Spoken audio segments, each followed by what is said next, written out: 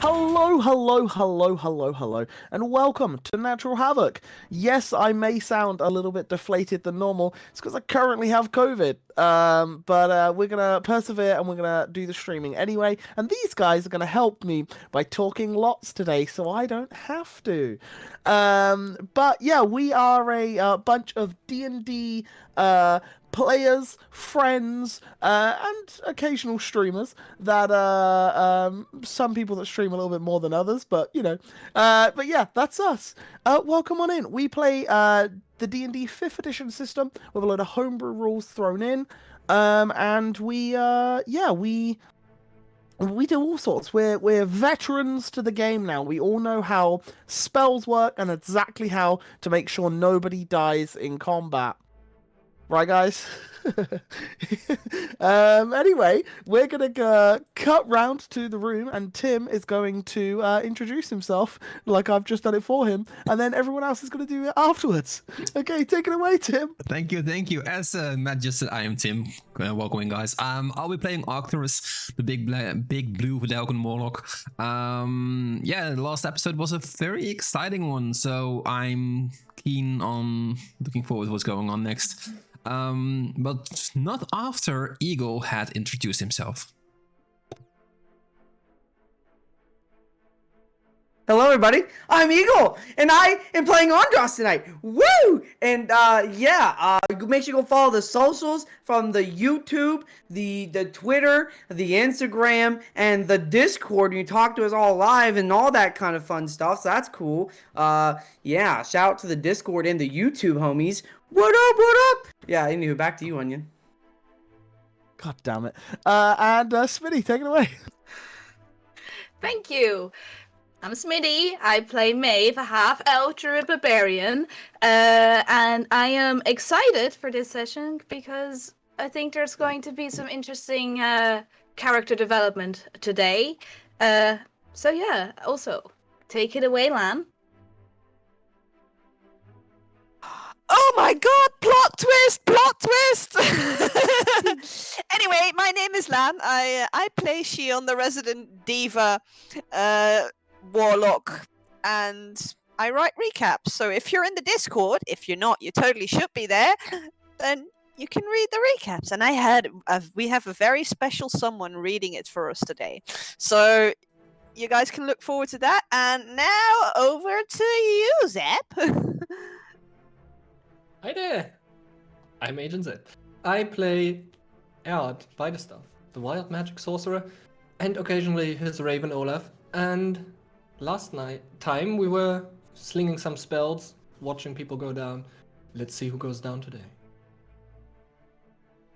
And over to Rez. Grint is dead. Long live Grint. The Goblin Fighter. That's me.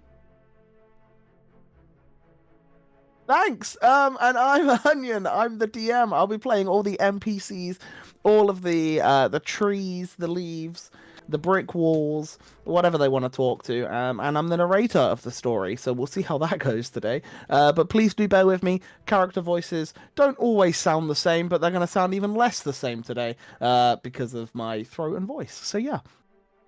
Awesome. Right. Well, I think I'm going to do this recap in mime today. So while I do the recap in mime, our narrator for this recap, would you... You ready? Let's get it. Our session begins with the party meeting up before the departure to Elenasta. They discussed incriminating paperwork about Ivan Twilla found on Galoin's table and how it might have come from a mysterious benefactor. But the party didn't have time to find out who it could be because Eliash, their ride to Elenasta, had arrived. And very soon after, the party stepped in the teleportation circle to quickly travel hundreds of miles in a matter of seconds. Eliash had warned the party that they would be teleported to the Tower of Inquiry and that she hadn't spoken to its resident in 7 years. So he could be dead, in trouble, or not on this plane of existence. She did not know what to expect upon arrival, and the surprise awaited the party. Upon setting foot in the tower, they spotted 6 portals. I say 6 portals, and a booming voice seemed to appear out of nowhere, giving them a quiz to prove they are not intruders. Shion, Maeve, and Grit put their minds together and gave the correct answers, and soon enough, the party was welcomed to the tower. It was clear no one had been in the upper floors in ages, and everything appeared deserted. Though, as the party descended down, they found freshly made potions and a mysterious frog. Grint tried to catch it, but it vanished in smoke as he got his hands on it. After a little while, the party reached the ground floor, and they were immediately shocked to find a massive iron golem shrieking, "Intruders!" The party was flung into battle and soon found most of their regular attacks did not work on it. Its punches and swings, its massive sword were absolutely brutal, and as the party was growing weary of chipping away at the golem's metal body, its eyes glowed yellow, and a huge cloud of poisoned gas hit both Andros and Grint straight in the face. As they staggered back, the golem deemed Grit the bigger threat and quickly punched him. So he fell unconscious. Everything afterward happened so quickly, the party had hardly any time to react. The golem loomed over Grit's unconscious body and began to kill him. Maeve, who was standing near, immediately grabbed a diamond from her pouch and started to pray. Dear God. And then the diamond shattered to dust. His life slowly seemed to seep back into Grint. He dreamed about his beloved, and she forbade him to die, because he had a job to finish with the Iron Vortex. And soon enough, he found himself back on the floor of the tower.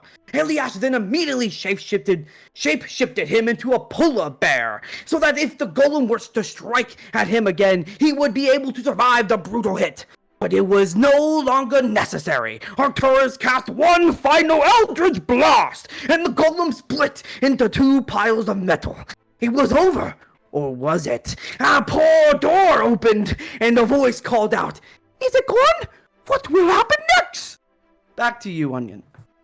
Can I ask a question? Why did Tenko deliver that? Better yet, what type of bear was he turned into? A polar bear. Polar bear. A polar bear. And what was the gas again? It was poisonous gas. Poisonous gas. To Gotta give the that face. that shift, you know? Oh, that was brilliant. Thank you very much. One of the best recaps we have ever witnessed. You've finally done a good bit. Yeah, no, that was great. That was fantastic. Right, okay, cool. Yeah, now we're playing a game.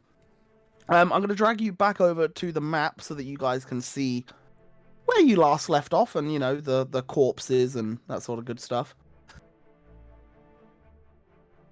So, when you last left off, the Iron Golem was slain by Arcturus' Eldritch Blast as he literally blasted through the back of the head all the way down to the groin as the golem collapsed either side. At this, a door gingerly swung open. And as it did, Shion turned around to see our kobold friend, Snaggletooth.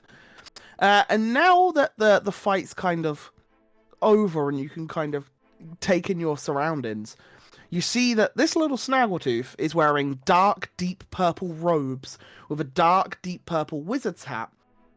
But he is a kobold, a blue-skinned little lizard man who stands probably no taller than 3'6". He is holding a book in one hand, clutching it, with various paperwork sticking out, and a staff in the other. And as he enters, is it dealt with? Take it away. I guess I'm closest to the door, so I'd probably be seeing him first. Yeah, like you turn around hearing this door Yeah. open, yeah. And who's this? More enemies? No. I'm Snaggletooth, the apprentice to Zoils Zabenta.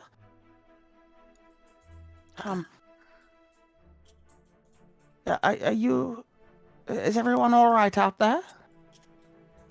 Maeve will sliver over as a snake next to I Shion st- and just look over her shoulder.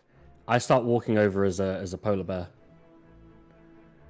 Just walking? Walking with purpose. I'll be just, petting Rez's head as he walks and walks next to Weren't him. you standing on him last? You were on him. Oh, am I? riding him. Am I still riding him right now? Oh, I'll pet his head as I ride him. I'll ride him over. And Yeah. Arcturus and Erhard? What are you two up to? Hunting heavily. I'm readying an Eldritch Blast, but not Yeah. firing it. Yeah, you've not quite calmed down enough out of like combat, so you're a little tense. Yeah, I get that. That's cool. And Erhard, what were you doing? Sorry. Well, panting heavily, Mhm. and kind of wiping sweat off my brow, almost getting punched to the death, and all those things, like grinned in front of us, and I just look over at this small figure and, well, I wouldn't call it okay, but who the fuck are you, and why are you coming out now? Well, you see, he went a little berserk. Maybe a few months ago. He just started acting on his own. He's not meant to attack anybody unless someone threatens or steals something from the tower. So he only activates upon intruders of ill intent. But as you got all of the riddles correct, and I see you're with Lady Eliash, I can't see why it would attack you. So, why didn't you notify us? What, I notify you of what? That it would attack you if you stole something? That there's a giant iron golem down here, Well- which is obviously hostile even to people who were. Well, it's only hostile if someone wishes to steal or hurt the tower itself. I look towards Eliash and I roar. Eliash releases polymorph for you, and Andros, you kind of hit the floor next to Grint. Grint's, as he transformed back, his hood has fallen over his head from his cloak with all the items on it. And he walks over to this kobold. And his head is still down. Why didn't you help us? Well, I saw all of you enter, but I just assumed maybe you had, I don't know, maybe you were here to do something bad. Like I said, I only know of Eliash by name, and I only figured that out once I'd seen her, and looked back at my notes. So you didn't think to come out and help us? Well, I thought you might be robbing the place. The Iron Golem shouldn't attack anyone unless you Hand. steal something or take something that belongs. Hand.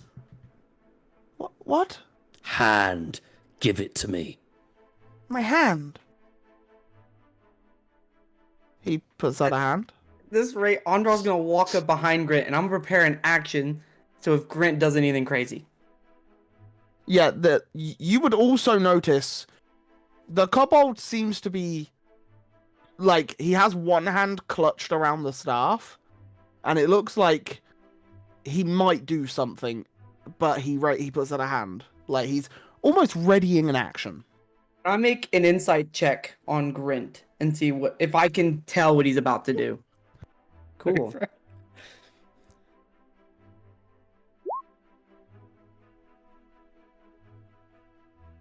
Also, got to change the music real quick. Rick. What did you roll? 6. And that one for a 6. Oh, and that. Oh, I guess you would. Yeah, I failed. Yeah. I'm still preparing an action though, so if he does anything crazy, oh. I grab his hand Yep. and I start to squeeze. In a way to hurt him. Oh, it's very painful. He disappears.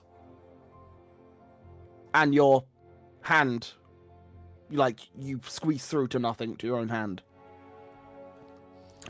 The rest of you would see that he appears on the table in the middle of the room as he misty stepped away from you. Look.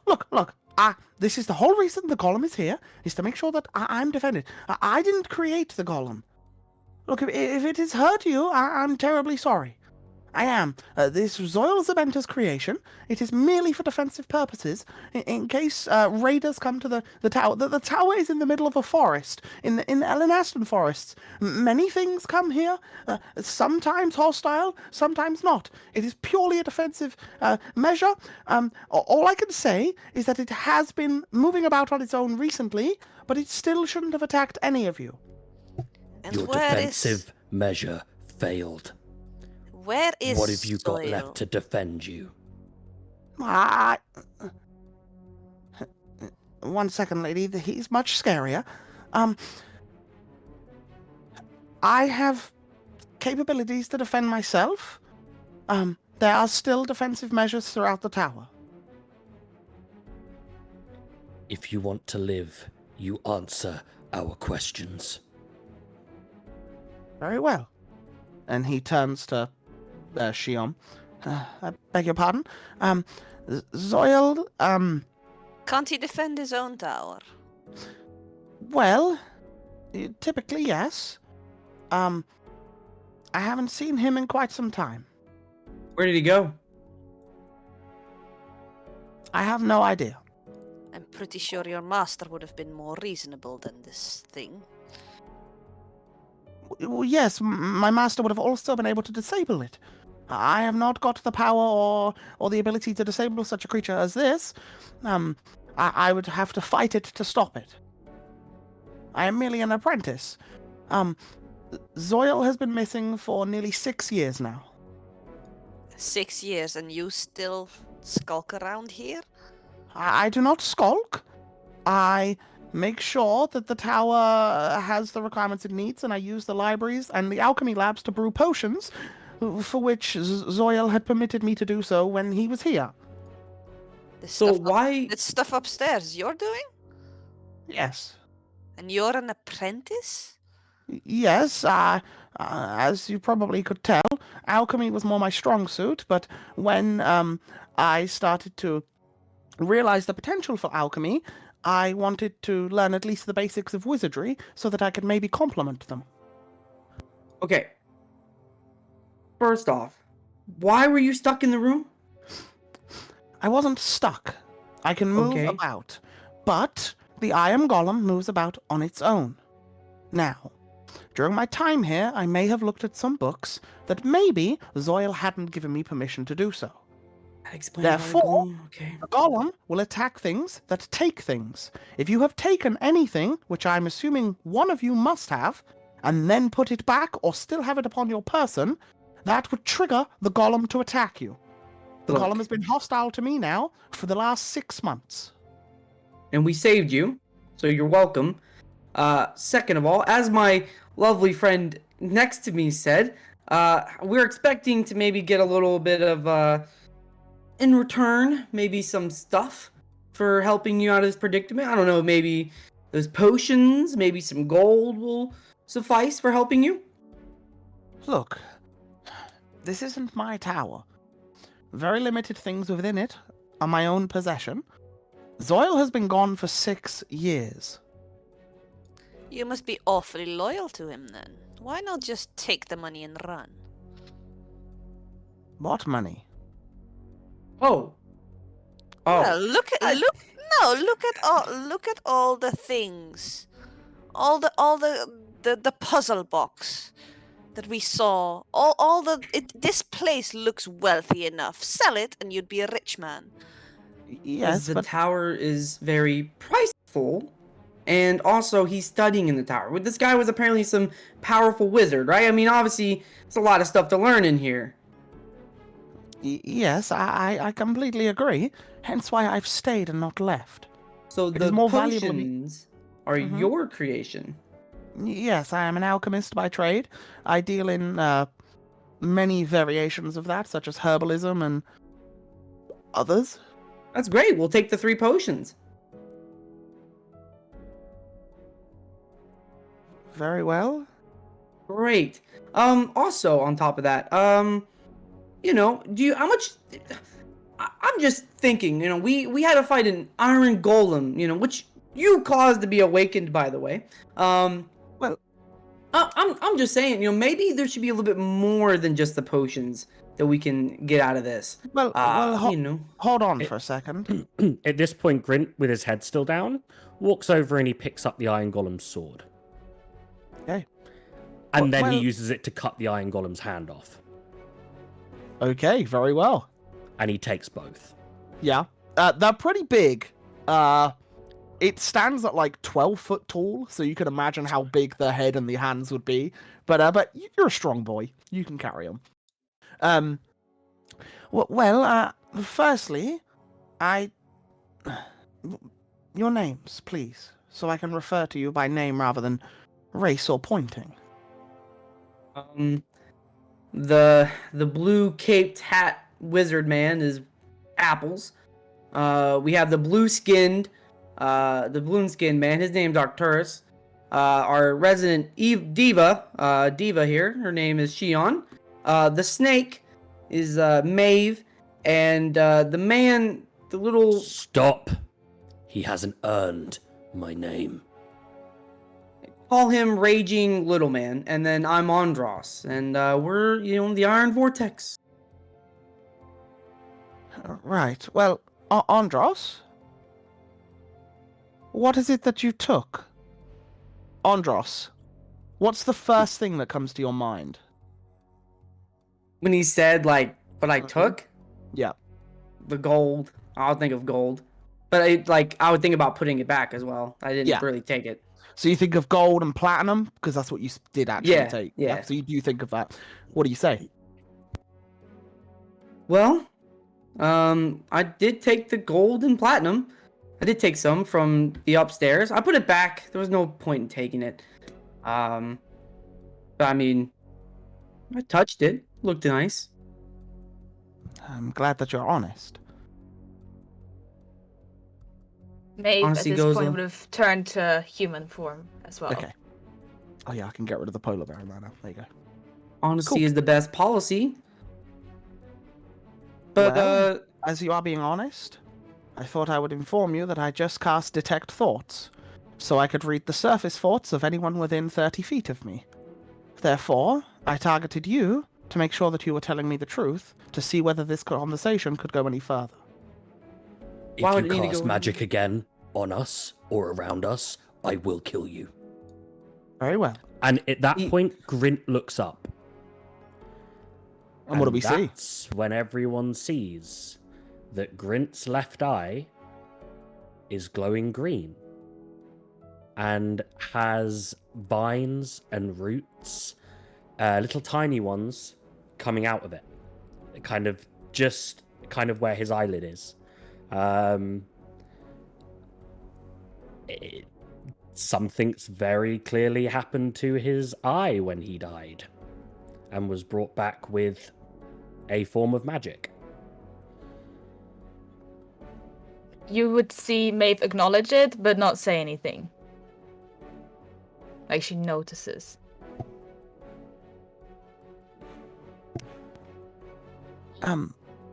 Eliash, may I ask as to why you have come? Well, you see, we needed to get to Elenasta, and I promised these folk here that I would find a way of transporting them here the quickest possible route. And for that, I had to use Zoil's teleportation circle. Now, I'll be honest, all of you, I haven't spoken to Zoil in at least 7 years.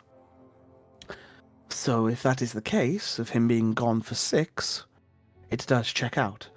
Snaggletooth, was it? Would you mind telling me what he last was researching, or what he was doing here, before his disappearance? Well, there was a couple of matters that he was dealing with, but one of which your companion has already spoke of, and he gestures towards Shion. artifact in the library. The puzzle box? Puzzle. What about it? We took That a look at it. was- Couldn't fix it.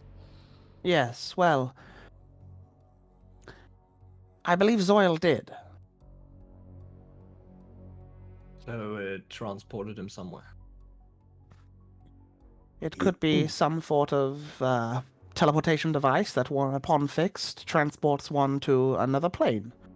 It could be a device that has a safety measure that, when completed, disintegrates him. I have... There's no way of tracking him. I cannot communicate with him at all. Where did that device come from? Well, I took a look at his catalog and tried to find the latest dates of what he had been cataloging in there to find out exactly what was more recent. And this particular orb was found on the outskirts of the Tower of Cathalone. Well, that doesn't sound good. Well, quite the opposite, really. If Zoil was able to find a relic of potentially orthodoxes, that's quite impressive. It's got to be at least 750 years old. Not just impressive, that's deadly.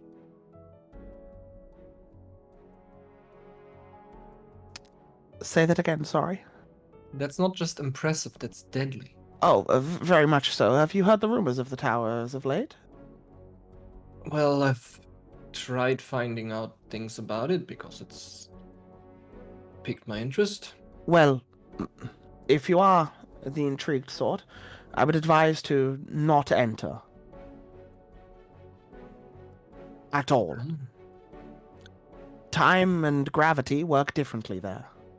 Just You'll see. hypothetically, where could we find this tower? Well, it is about halfway between here and the capital, Seychelles. Great. In our way? How very convenient. Yeah, very convenient. Rez, do you want or my rewind? It's Grant- Snaggletooth. Grant, do you want to go upstairs with me real quick and grab those potions?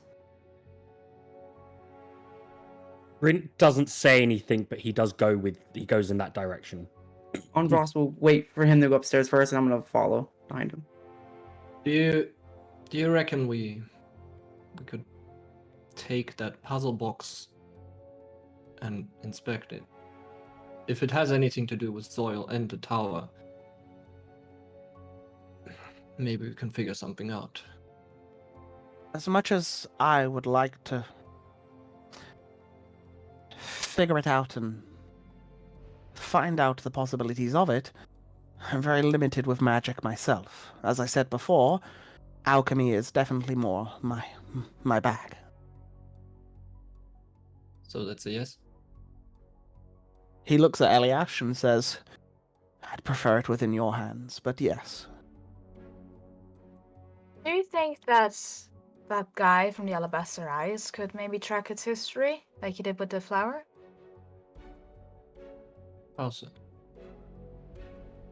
Well, he did some magic on the flower and got more information out of it than we could. And if we could find out where it comes from, or who made it, or what plane it's from, it might give us answers as to where Zoil is. I mean, I believe it was some kind of spell of like higher identification. Right, so...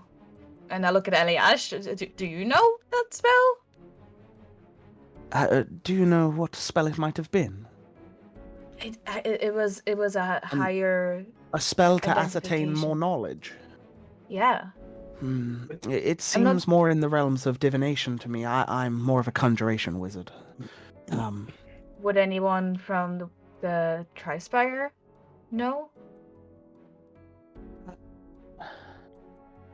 Maybe I could send word to Vargnash and a few of the others to see if a divination wizard of sorts might be able to lend their aid. Yeah. I agree mean, on you, Maeve. I think we need some extra arcane knowledge about this. yeah, I don't think we should try and fix it ourselves, because who knows, we'll get sucked into it too.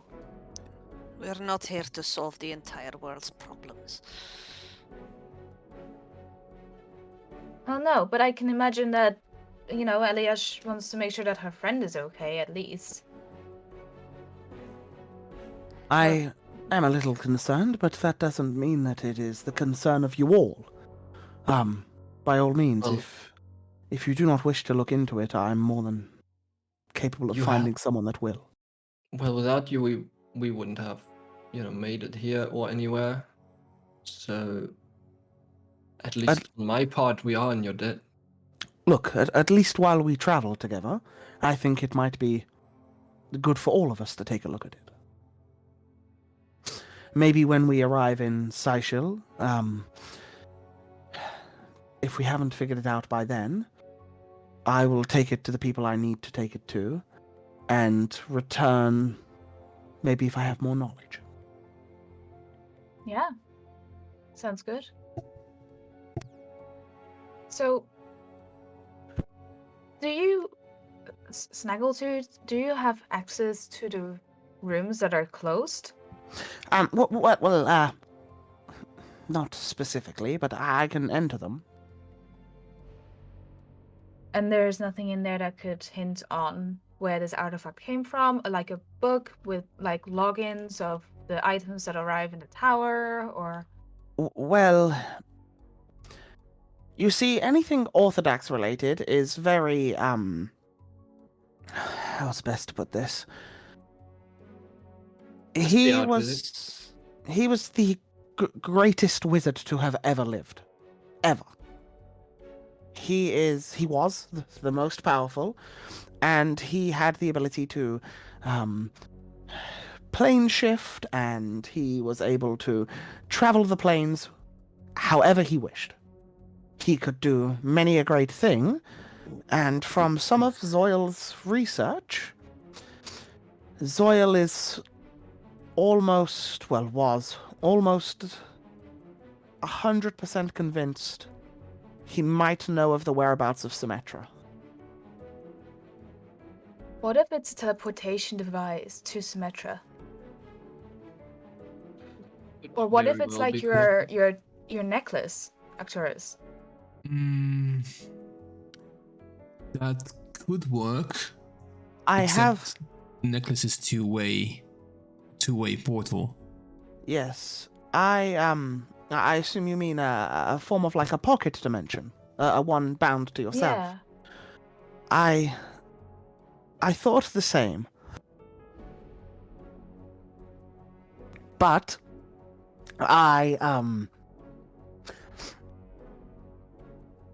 pocket dimensions work in mysterious ways, yes.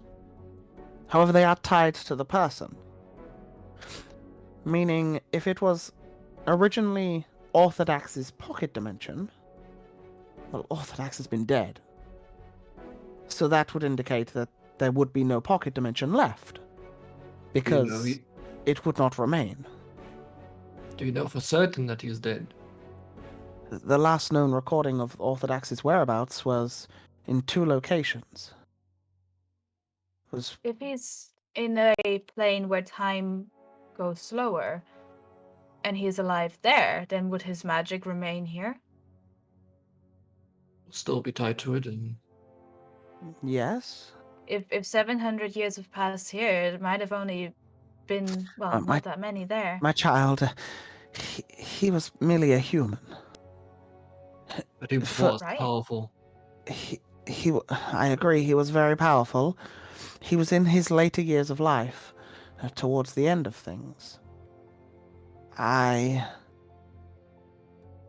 You would be talking about a realm that exists where time must flow so much slower. Or Is just there- very different from our understanding. Well, yes. Is there a way to identify if the magical item is carrying magic from a person? Or is it traceable? Well, you see, when the pocket dimension no longer exists, it still goes somewhere, but it won't go to the intended target.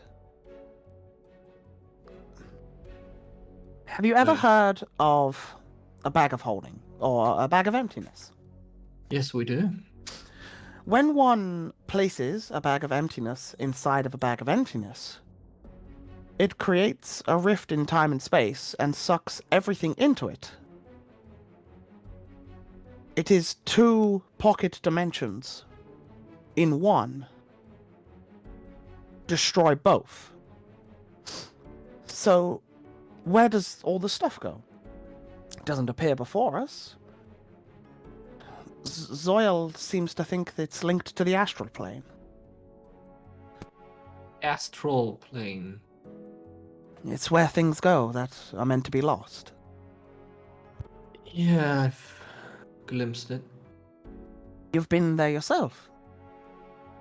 6 seconds of it. 6 seconds more than most people have ever dreamed. I wouldn't dream of it, but it's a fantastical place, yes. So, that's my predicament. My predicament is that Zoil was researching this artifact as well as one or two other leads, but all of which have gone cold. This is the only one where I can't ask someone. Zoil was the only one that knew of the orb's whereabouts, and even its existence at this point. So in my understanding, every knowledge we have or we can find about this orb is in the other tower. Could be possibly in the other tower. possibly, but it's too dangerous. Is there anything in this tower that could help us with this item or help us get into the other tower or aid us in the other tower? Something of Well, protections, of guidance, of, you know. there are some artifacts on the third floor, I think. In the magical room. Yes, I could take you into one of them. Take me, or Arcturus. I can take all of you, but it's quite small. Of course, our little loot hoarder wants to see the pretty things. We're all going, not just you. Very well, let's follow the others up. You two, Grint and Andros, you walk on up. So you go to the floor above. We won't put you on the map because I can just tell you what's there. But yes, you go up a floor and you go to the alchemy lab room. And in this room again, you see the same structures. What are you going for? Those potions in particular? Andros first before he goes to the potions. I'm just gonna reach into. I think my water skin would be like somewhere on my belt or whatnot. And I'm just gonna take it off and I'm gonna hand it over to Grint. Extend my arm out with it to Grint, and just try to hand it to him. Is Grint aware of what is usually in yours? It's water. I'll tell you. It's water. Have you got anything a bit stronger? Sadly not. I'll buy you around when we get to the next city. It's fine, I do. And I was going to say, as you're having this conversation, you do remember that there was a bottle of like vodka on the side that was used for alchemy. I'll grab that and I'll pass that in over to Grint. Yes, I'll lean up against a table and I'll drink from the bottle. You both would definitely know because you're both intelligent enough to know.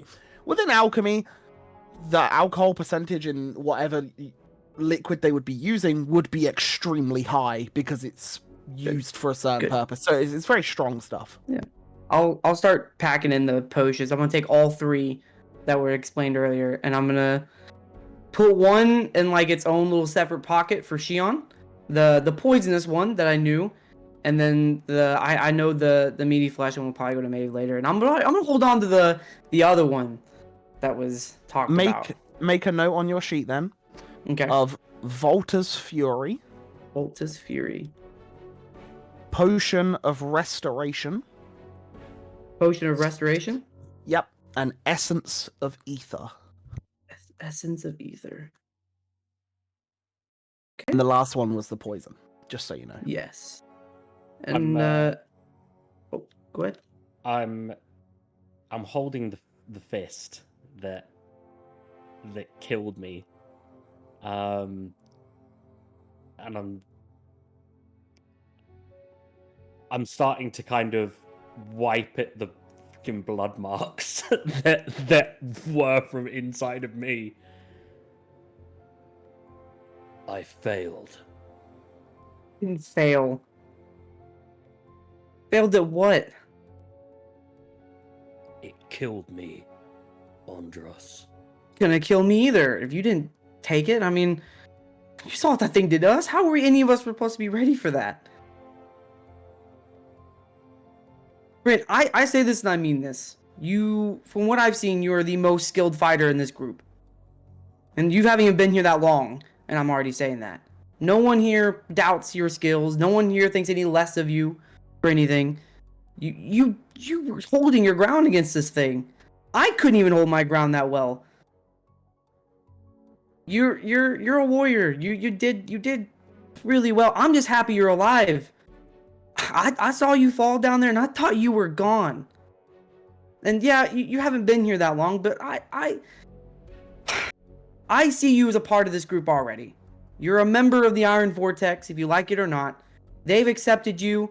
I'm still coming to terms with it, but I accept you.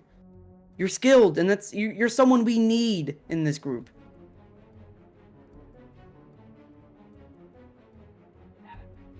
How does it look? I can feel it. I'm not I know you can. stupid. I've seen some nasty scars in my time, but that one's a little interesting. I've never seen anything like that before.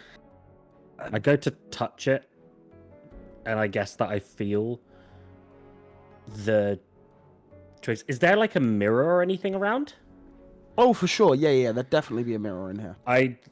I walk over to a mirror and I look in it and I see this gnarly ass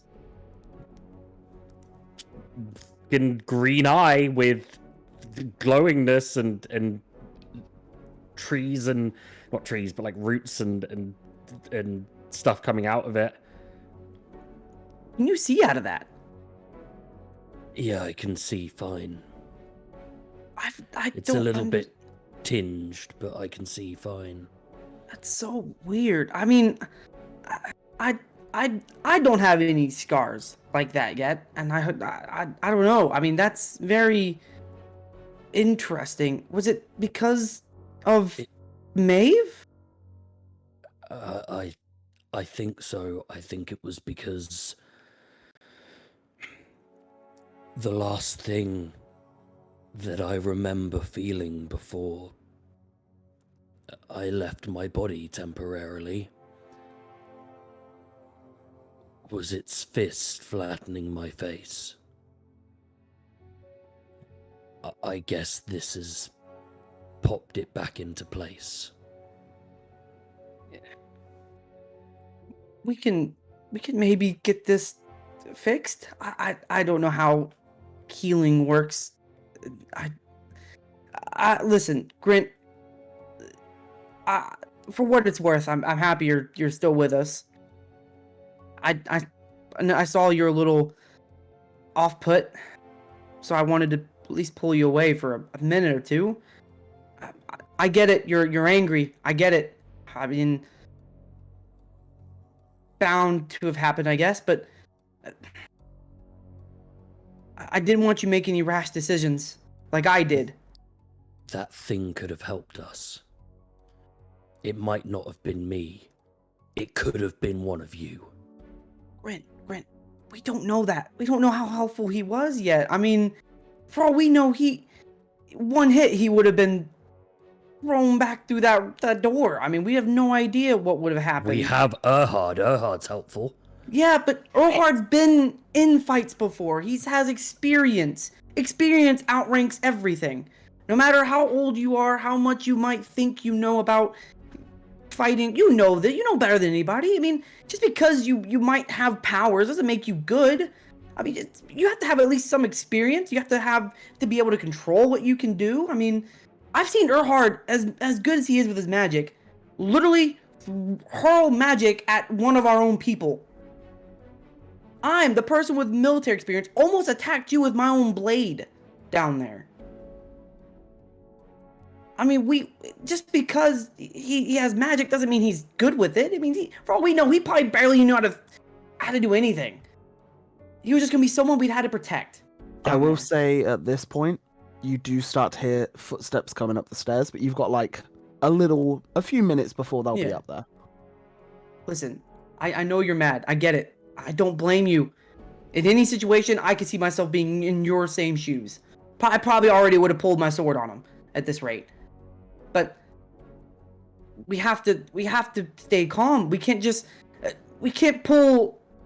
Okay, we can't pull an Andros move. Okay, we can't. Okay, as much as we might have wanted to, we couldn't. Okay, this guy is in some big tower. We saw that they were gonna attack us with something on the top floor when we entered the building. Who knows what this kid is capable of? All right, we don't know what this tower is capable of. All right, I need you to just take a deep breath. You see Grint crack a smile at the doing Andros, and it's a small smile, but you can see it's there. Just I have a lot to think about, Andros. I have a family to see, and a family to explain this to. And I gesture towards my eye. we will figure. Listen, whatever issues you have or anything you need to think about, don't be afraid to talk to us. All right? I mean, we've all had our fair share of holding things from each other, and I feel like now from these recent experiences, we've all gotten a lot closer. I mean, we all have things going on. Don't be afraid to talk to us. I mean, from one soldier to another, I'm here for you, and I'm glad that I can keep fighting by your side. I tie the fist to my belt, and I take out the huge sword. If it casts another spell on us, I will kill it.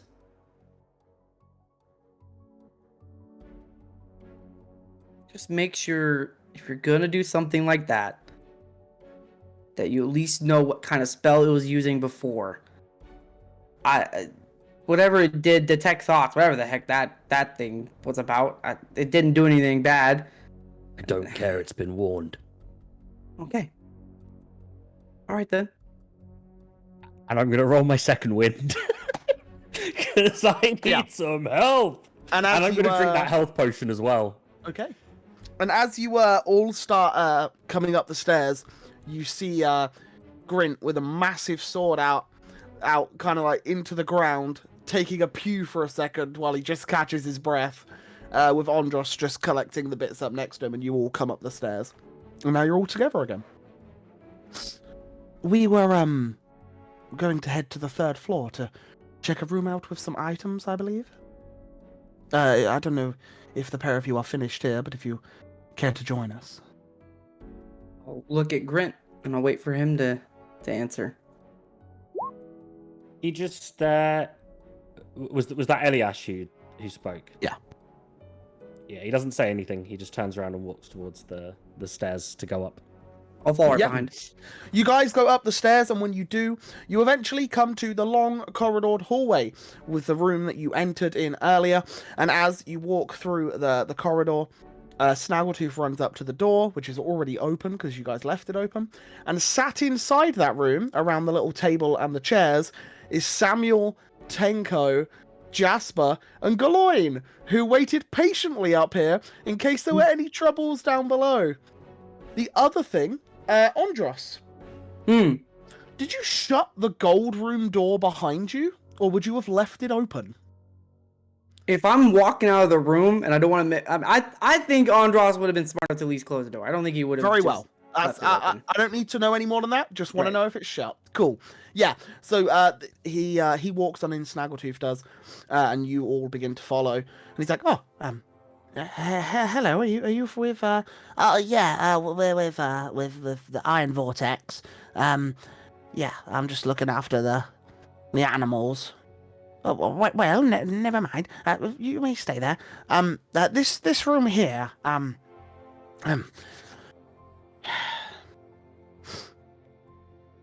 We'll have about 10 minutes. 10 minutes for what? Rituals. To take a look into the room. Why only 10 minutes? What happens at the end of 10 minutes? The door will lock. Oh.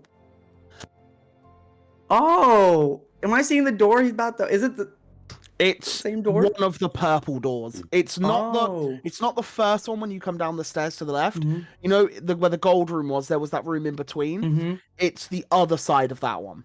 Oh. Very well. And he starts to cast magic as he whispers something towards the door, and then he knocks on the door. And as he does, you all hear a loud knocking noise as the door swings open. Take a look, by all means. Who goes in? I am. How Yeah, small is the maybe. room? Yeah. You Or can fit four, probably right? 4 people in there. Andros big- is not. How big's the door? The door, the whole door? Yeah. He wants 7 to foot put the door? he wants to put the sword in like that. More or less, but I'm thinking more that how breakable does the door look? It is a oak door, but it's iron banded. It looks like it's been made to prevent people from breaking in. Who went in the room first, Erhard or Arcturus? Arcturus said it first, so I'd say Arcturus. In that case, I say to Erhard, This sword, is it magical? I doubt it, but let me quickly check just in general. 24? There is an enchantment to it, but you don't know if it's because it was the enchantment of the golem, or whether it's like, because it looked like a statue when you first went down, and then it animated into the golem. So you're not sure whether it's part of the whole enchantment is the sword included, or whether it's the sword itself is enchanted. But there is some magic on it. Doesn't seem highly potent in arcane, but there's a shimmering. Well, there's a slight tingle on it, but I can't say if it's just because of it, being part of an animated golem. Magic that locks doors. How good is it at snapping iron? Well, magic is more powerful than iron, I would say. Still looks like pretty strong iron. and I shove the sword through the hit, like basically in the I know what you hinge, mean. so that the door can no longer shut. Yeah. So yeah, you Um, slide in, and Oh yeah. no! I don't slide it in. I full on ram it in there Okay. with force and noise, Roll me an athletics check. and I'll put the boot in as well to really give it some welly. No problem. 22. Yeah, you wedge that in. You wedge that in. You do get a feeling getting it out might be a bit tough, but if you Fine. wanted to I'll take damage it the back, door if I have yeah, to. yeah, you're all good. Okay, yeah. As you enter, who were the 4 that entered? Sorry. I'll enter after Maeve. Is she on as well? Sure, cool. So the 4 magic users of the Iron Vortex all enter. Eliash stands by the door with Grint, while Snaggletooth just stands to the side, and Ondros and Galoin are in the other room. When you first walk in, what you see is a triangular a triangular shaped room, but with a rounded edge on one side, which is clearly the outer wall. And as you step on in, you see 4 plinths, which are made of like a marble with golden flecks throughout. And at the top, you see these brass-like structures that are holding an item in each one. You also see a very ornate-looking marble sideboard-like unit pushed up against one of the flattened walls. And atop that, you see 2 books. And then finally, you just see a wall sconce with a green flame that is just constantly lit. It just seems to be like some sort of enchantment-based fire that allows the room to be lit. On these plinths, you see a tiny, on the first one closest to you, a tiny little olive green stone. But when you look at it closer, you see that it is just levitating in place just above the brass structure that holds it.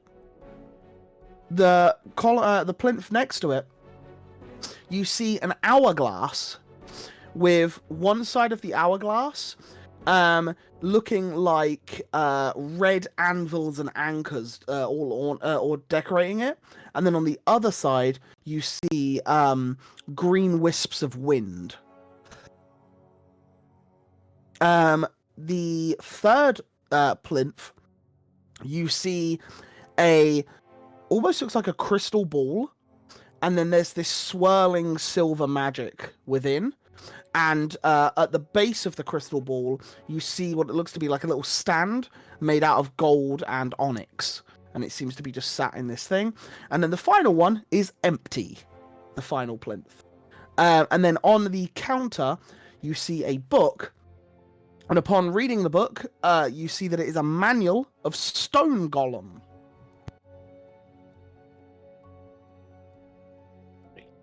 Any labels or something for those plinths?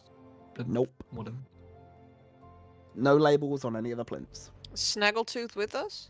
He's outside. Oh, he's outside. You What could are ask these him. things? They shouted him. I wouldn't know. I haven't been in there. But you know how to open. Well, yes. The master cast arcane lock upon the doors he wished no one to enter. I can give you entry for a limited time before they will automatically close. What do you cast to open them? It's a spell called Knock. Okay. Alright. Let's focus on these things. I'll do an Arcturus. Arcana check if I can. Which one? Which item? Let me start with the little olive stone. Oh, Yeah. go for it. Because Roll? she don't like stones. Yeah, go for it. Arcturus, hourglass, or crystal? Crystal. I get 12. Okay, I will arcane check the hourglass. Okay. I'll let you all roll, then I'll give you some information. I will use my last luck on that. Nat 20. The fucker. Let's go. 20. What? A nat 20? Jesus, so that's... So you both got nat 20s. Wow. And then Yeah. poor Shion got a 12. Shion! You can tell that this thing is...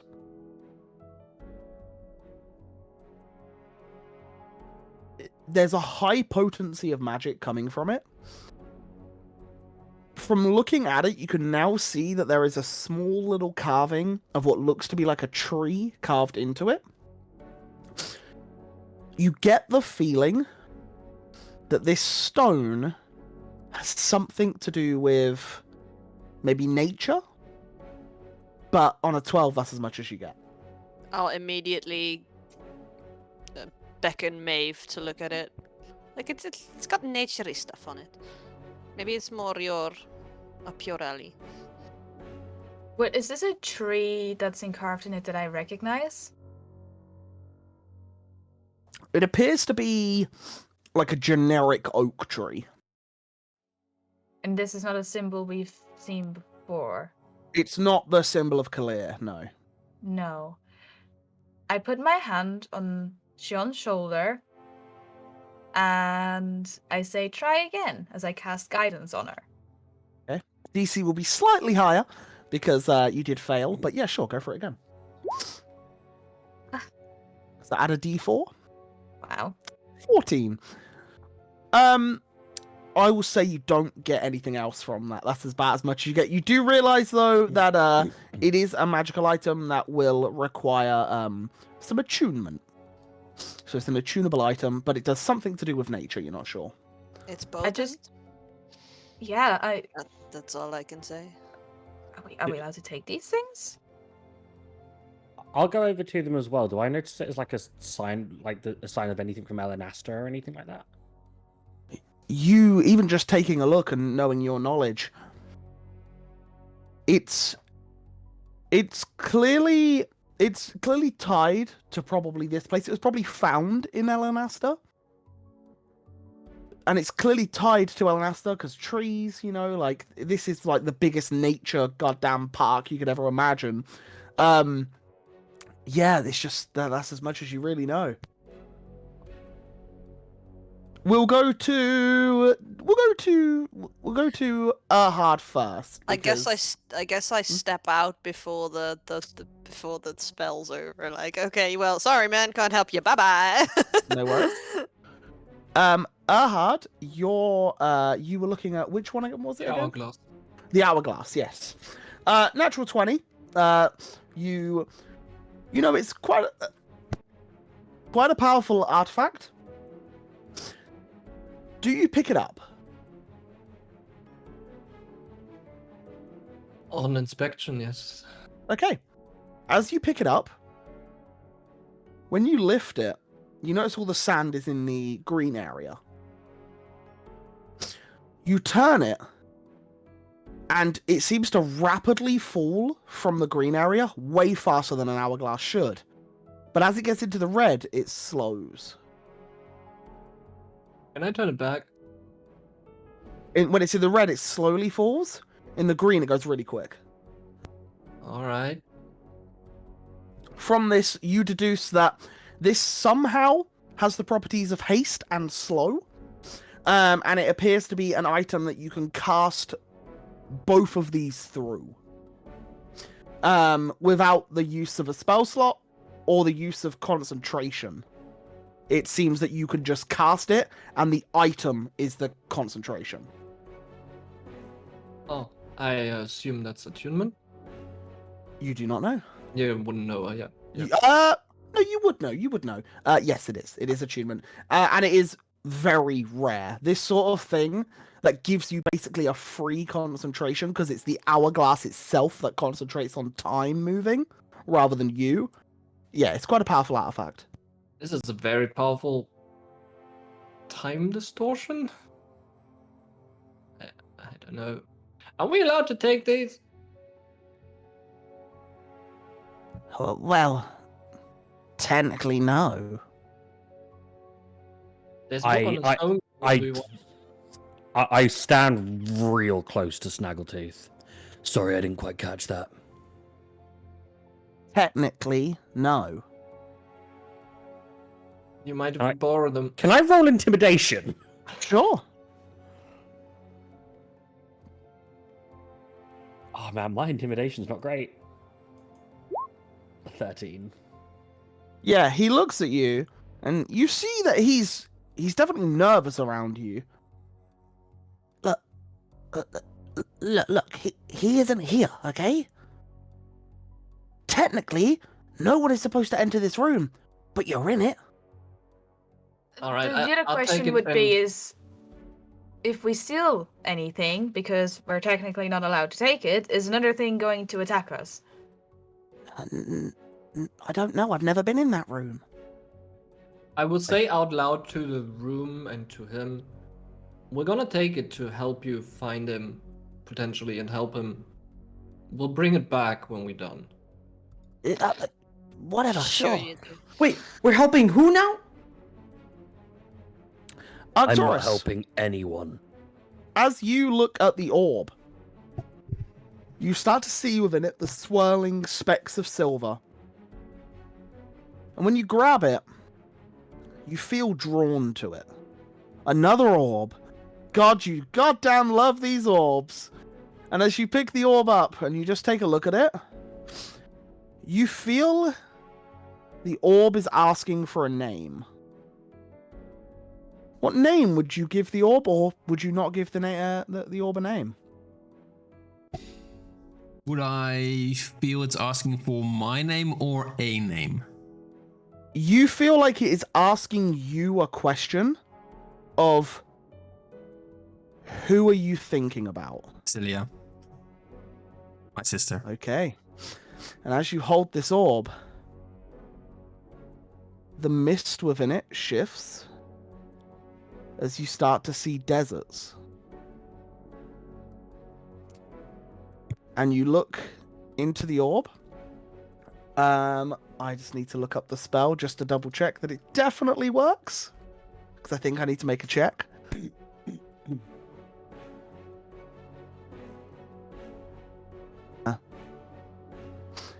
You have... Yep. -5. Do you have a possession or garment of hers on you at any point? Do you have anything that she would have owned?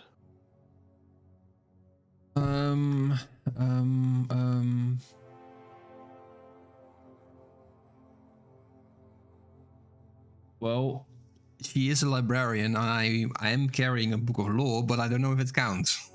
No, unfortunately not. Okay, that's fine. They're Okay. related, right? Oh, they are. No, don't get me wrong. There's already benefits because of that. Oh, so it's, technically he's like, carrying some of her Jeans. Technically. And there's, no. She's also blue. You know what? Sure. I'm gonna roll a dice. As long as it's not a nat 20, you're golden. Makes sense. Okay, so yeah, you see these sands, and your whole vision like focuses into the orb itself, and it's almost like you're zooming across the country, like towards whatever you've just thought of, and you're flying through at like such a speed, and then it stops, and you see a sandstone house, and you see green tapestries covering the entrances and the exits, almost like curtains for these windowless buildings. And it pierces through the green tapestry, and as it looks within, you see a makeshift home. You see a camp bed in the corner with what looks to be like pelts of some fur creature of these deserts. You see these pottery jars on the sides with some flowers sticking out of them. And across 2/3 of this room are shelves and shelves of books. This room isn't very big. It is probably no bigger than 30 foot across, 30 foot long. You see a small little kitchen and a small washroom out the back. And sat at a table, reading one of these books, is a blue Vidalcan woman that you are very, very familiar of.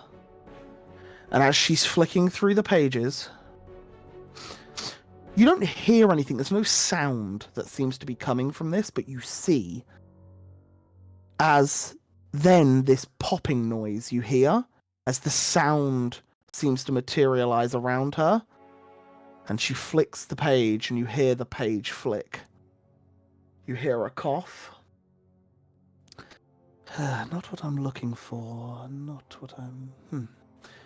She goes over to one of the bookcases, puts it back in, grabs another book. This time stood, flicks over. That won't help us.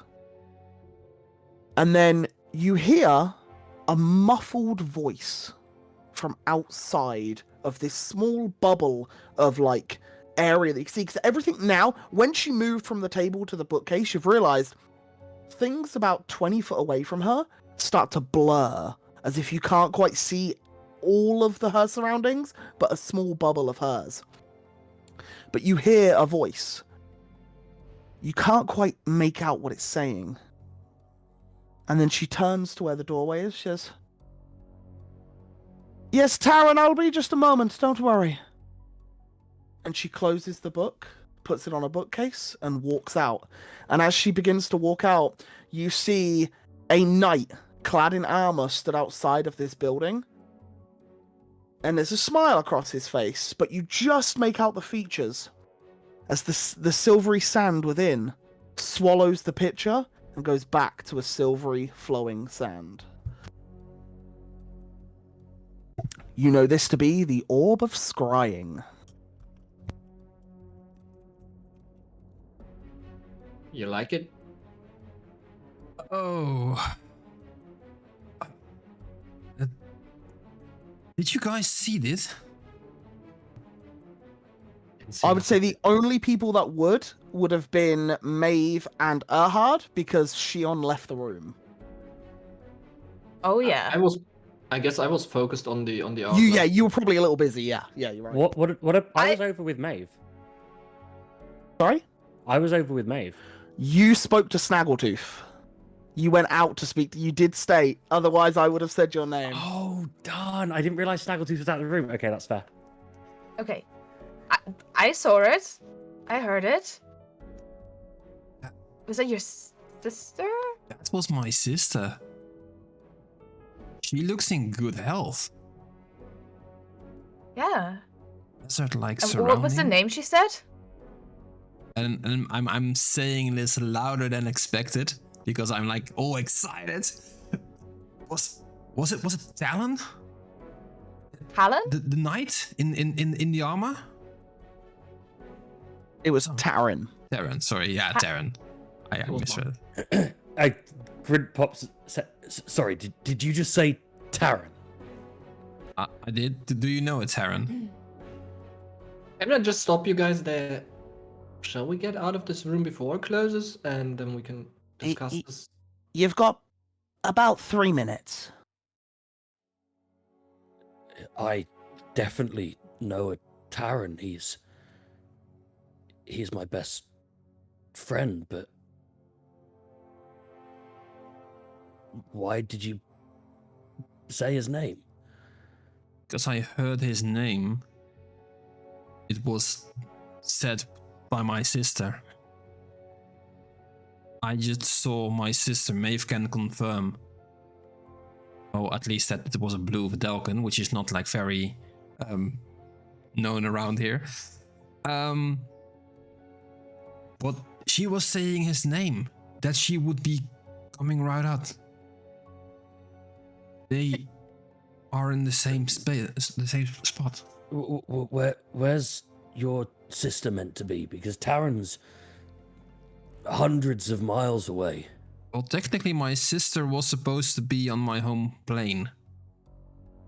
But recently I found out that she got on this plane as well. Not sure where she was. I knew she was in like a desert-like environment. But other than that, I have no clue. Then she was with Taran. She must be with the Northern Rocks. Northern Rocks? I tilt my head. I'm listening. I'm not saying anything. Listening. About 1.5 minutes, just Hey, so y'all- you're all aware. I'll take the orb, and I like orbs. No, So, put it on my how'd arm you- and walk out. how'd you see all this? Are we sorry, have we taken it? I mean, borrowed everything? I think we Did borrowed. Xion pick the green thing? Because if not, Maeve No. would have. I didn't. Then I left Maeve it would for, have. I left it for you. Okay.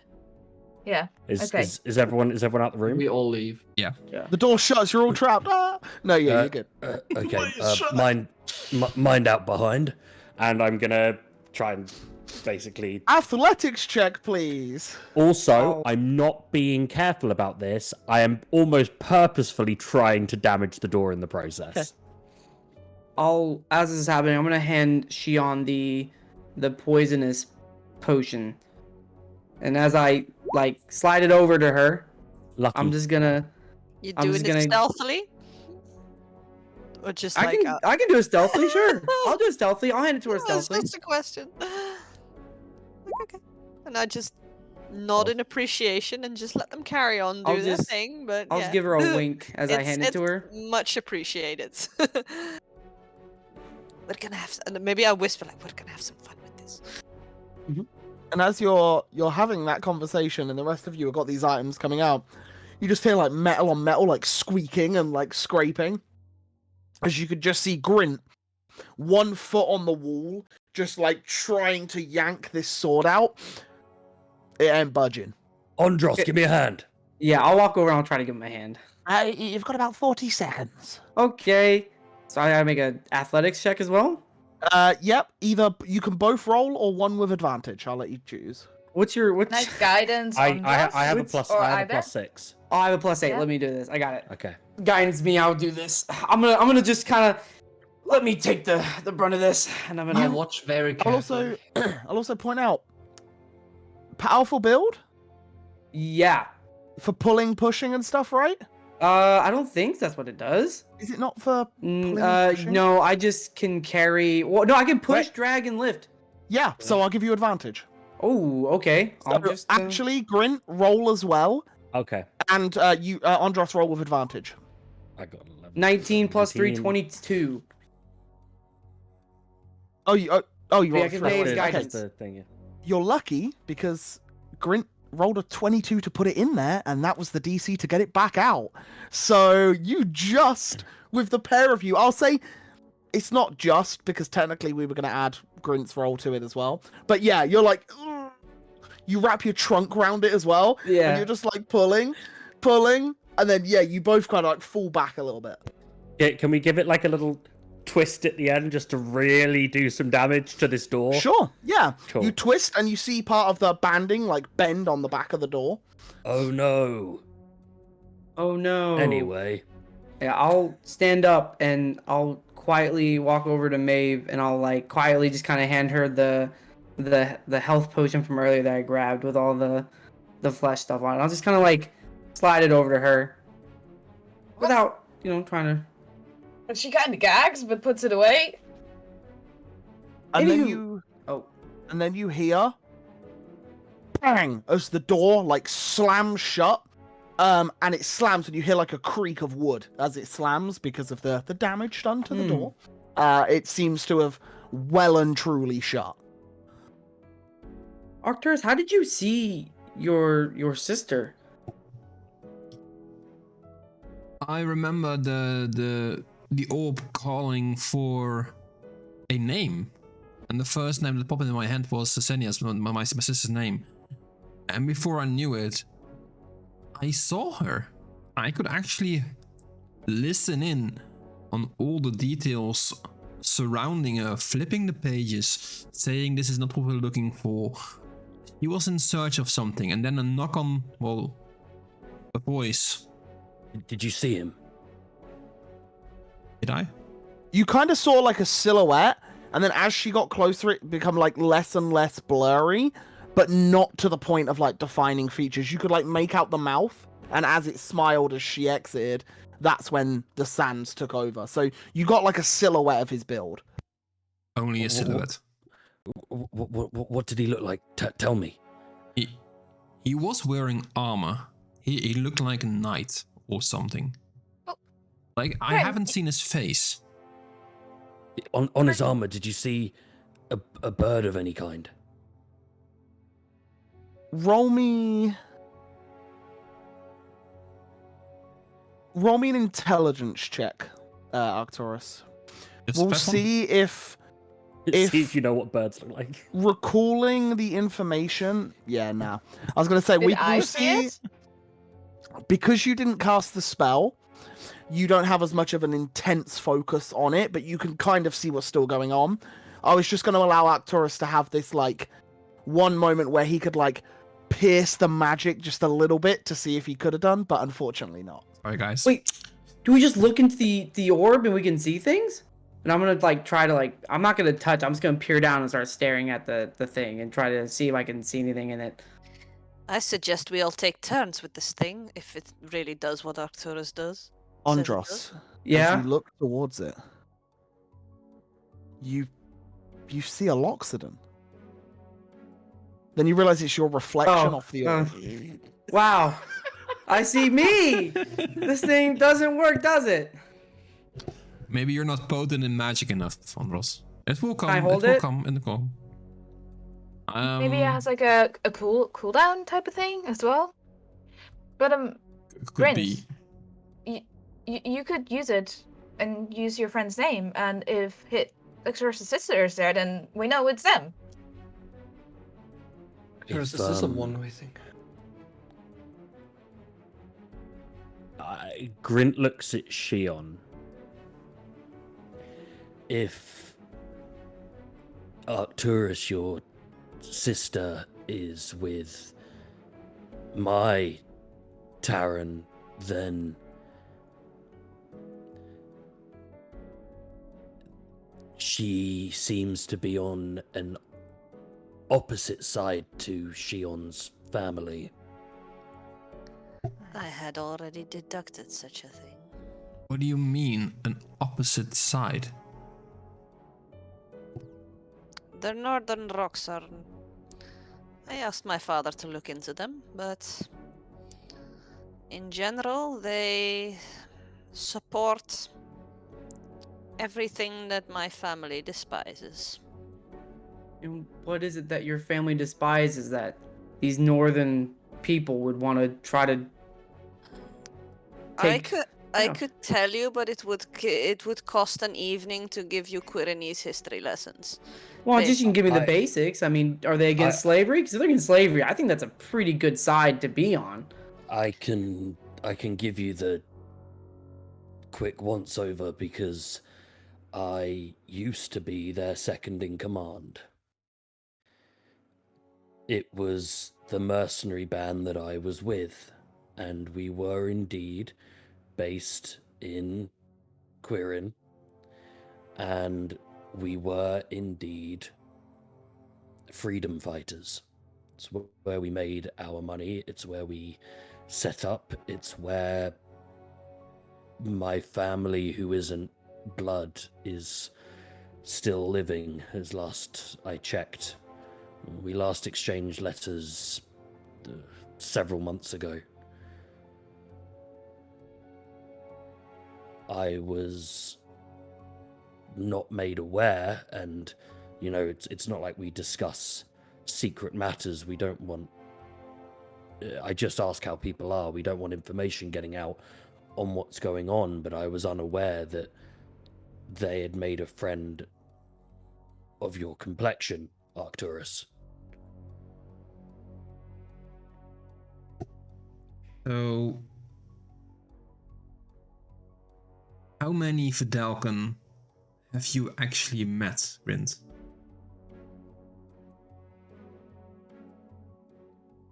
You're the first. You wouldn't know. I would not say that. I mean, Shion can probably answer this one, but I wouldn't say that your race is any more common in Quirin than they are here. Mm. Absolutely not. He's the Arcturus, you're the first one of your kind that I've also met. But I will At say, least in Chartusa. I don't know about. I say this with a little bit of disdain. Sventas. Well, in all fairness, my family was headed to somewhere queer, and I believe as well, if what I heard was correct. Loxodon are not uncommon. Well, I mean, my family's, I'm pretty sure, if I remember correctly, I mean, from what the leader of that group told us, I mean, they're headed there. I mean, maybe this freedom fighter has some of my family amongst them as well.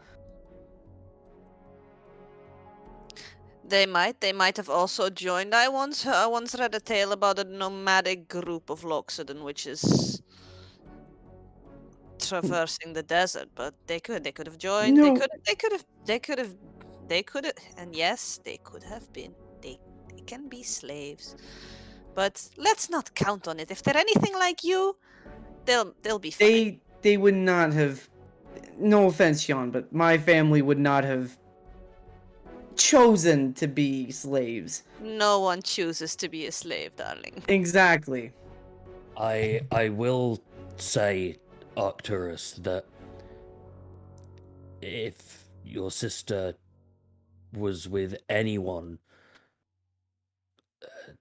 I would say that Taran is one of the safest people to be around. He is... Well, I did trust him with my own children. He's a relative of the mother of my children. Oh, He's the man that saved me from where I was in Elenasta. Where were you in Alanasta? Well, I didn't exactly have... And this is no fault of my parents, but... Goblin kind is not exactly the most well looked upon in Salshil. We had a rather poor upbringing, and I was a bit of a troublemaker.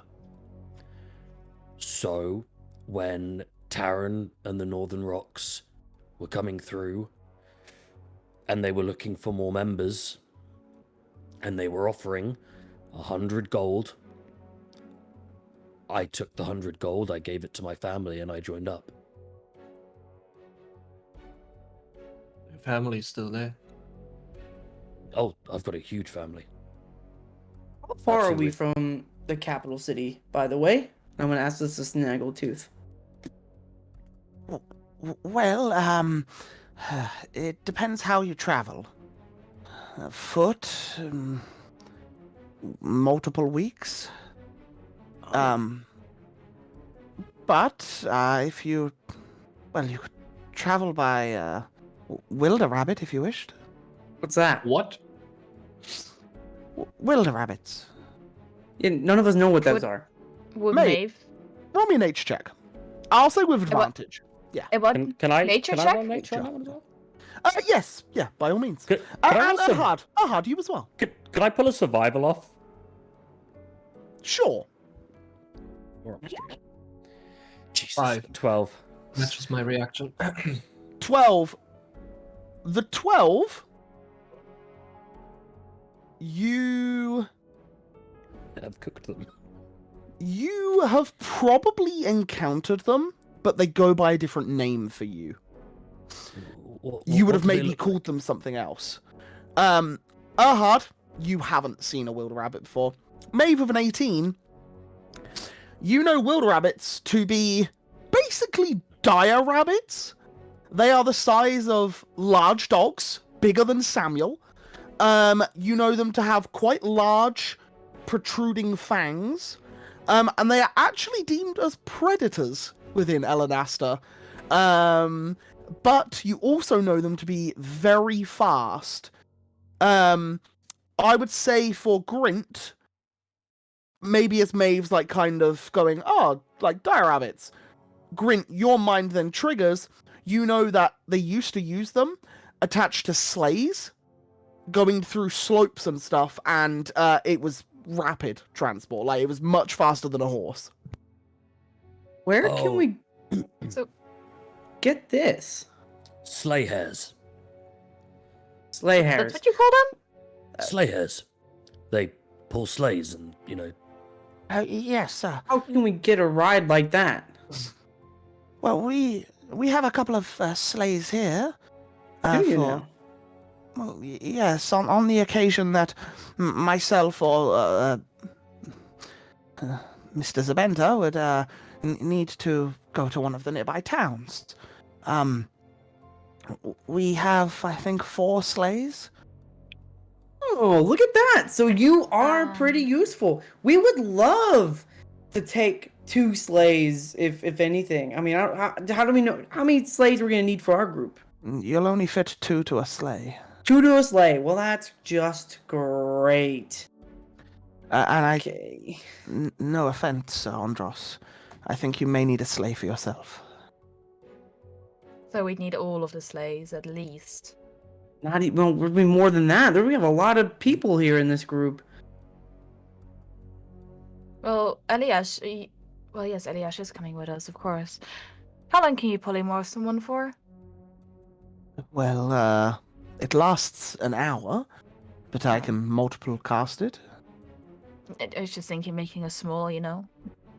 Whoa! Please don't take me small again. I can't be a spider again. Well, that was rather than- not. make something small, we could turn it into a bird if we're gonna polymorph things. Or Sure. you only have 4 sleighs, did you say? Yes. We also have a wagon, but they're not particularly good at pulling wagons. As you can imagine, they kind of bounce a little as they go, and a wagon's wheels are meant more for Do we not have any streamlined horses? transportation. Well, we have 2. Oof. Okay. I mean, could they pull a wagon? Well, that's their intended purpose, yes. Okay. That's for when we one collect- wagon's enough for all of us, so Andros. A wagon and 4 sleighs, I think, could fit all Oh, of us. I have Wanderer and I've got Survival. Is there a chance that I could grab us a couple of horses? You can always try. Okay. Wild horses? So, How? I mean, it wouldn't be the first time that I've gone out and found something to pull us. I mean, Okay. maybe I could look for them. Maeve, you could maybe talk to them. is there Sure, but, towns in like- between here and Schofield that we can maybe stop and get more horses or better sleighs we need, things of that nature? Sorry, where did you say? The morning, the morning news shouter in the local town crier back in Craddock was called, I believe, Philip Schofield. Right. Listen, guys, we have a multiple week journey. I don't know how long we want to be taking our time around here, but I do know we are on a little bit of at least I would say, I would say a little bit of more of a, not a hurry, but like, let's go when we can, let's go when it conveniences us at least, Okay, but I would love to just- spend all day in this tower. Okay, so we're gonna just take these 4 sleighs and a horse wagon, and that's us going. And I kind of look over to Eliash, and I'm like, I'll- "That's what we're doing." I'll sort out the sleighs. There we go. And Andros, do you need a rest? they We can have a on the rest. way. They can have a rest in a moment. Andros, Grint, I need your aid. Okay. Follow I me. always knew you And wanted she- me, Eliash. And I'm She gonna starts walk behind her. walking. She starts walking outside. I'll follow her. I said I that roll- loud. I said that loud. Can I roll insight? Sure.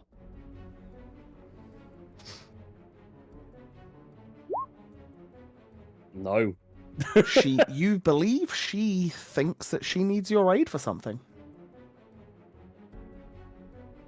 I'm going, but I'm very clearly unhappy about it. As you go down to the bottom floor where the iron golem is, I need you to smash that table up to bits, please. And she points Why? to the big long dining table.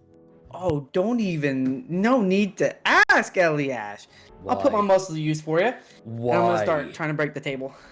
Don't need more- Andros. We need more sleighs, no?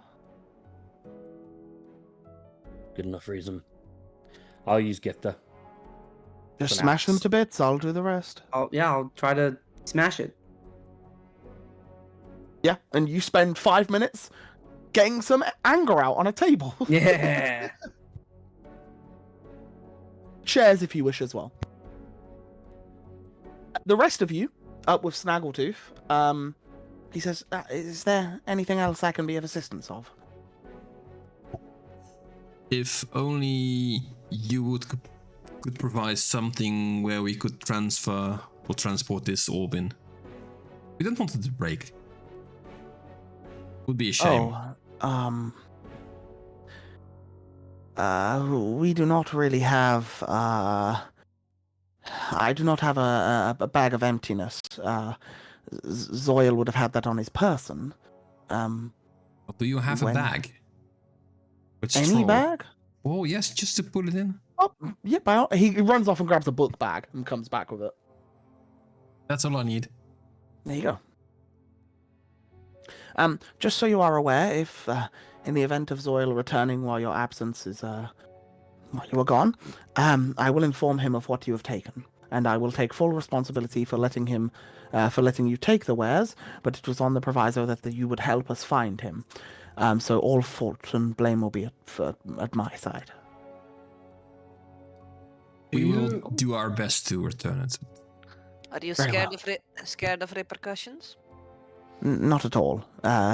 Zoil can be a very understanding individual, but he might take quite a shock if the room is empty. Fair enough. Well, I'll show you to the sleighs. And he leads you outside.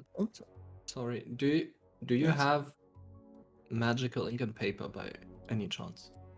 Heaps of it. What do you need? Well, I need some of it to record some spells. Tell me a gold amount, and I will provide it, if I can. Um. bu- bu- bu- bu- bu- bu- bu- bu-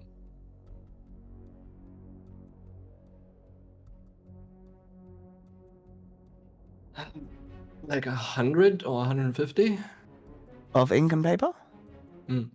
By all means. And he runs off into his own room and pulls out a stack of parchment, goes to place it on the table, places it on the floor, and then goes back in, grabs an inkwell, and comes out with it, and gives you a small little inkwell. There you go. Will that So suffice?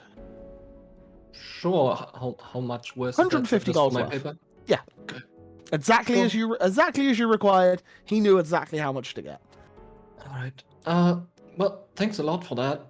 And Right, I'll- I'll fetch the I'll slates. take the puzzle. Yeah. As well, right? Yeah, and would you? Yeah, you would have actually gone through the library. As you do go through the library as well, walking through, he would have pointed out another tome, which he would have said, that there has magical properties as well. I don't know if this would be of any help to any of you. It is the Tome of Leadership and Inspiration. What That does that sounds mean? interesting. He just hands it to Grin. Yeah. I believe it bolsters one's ability to be more vocal and such. It might come in handy. Thank you. Yeah, and he runs off, goes to get some sleighs, and he brings them out.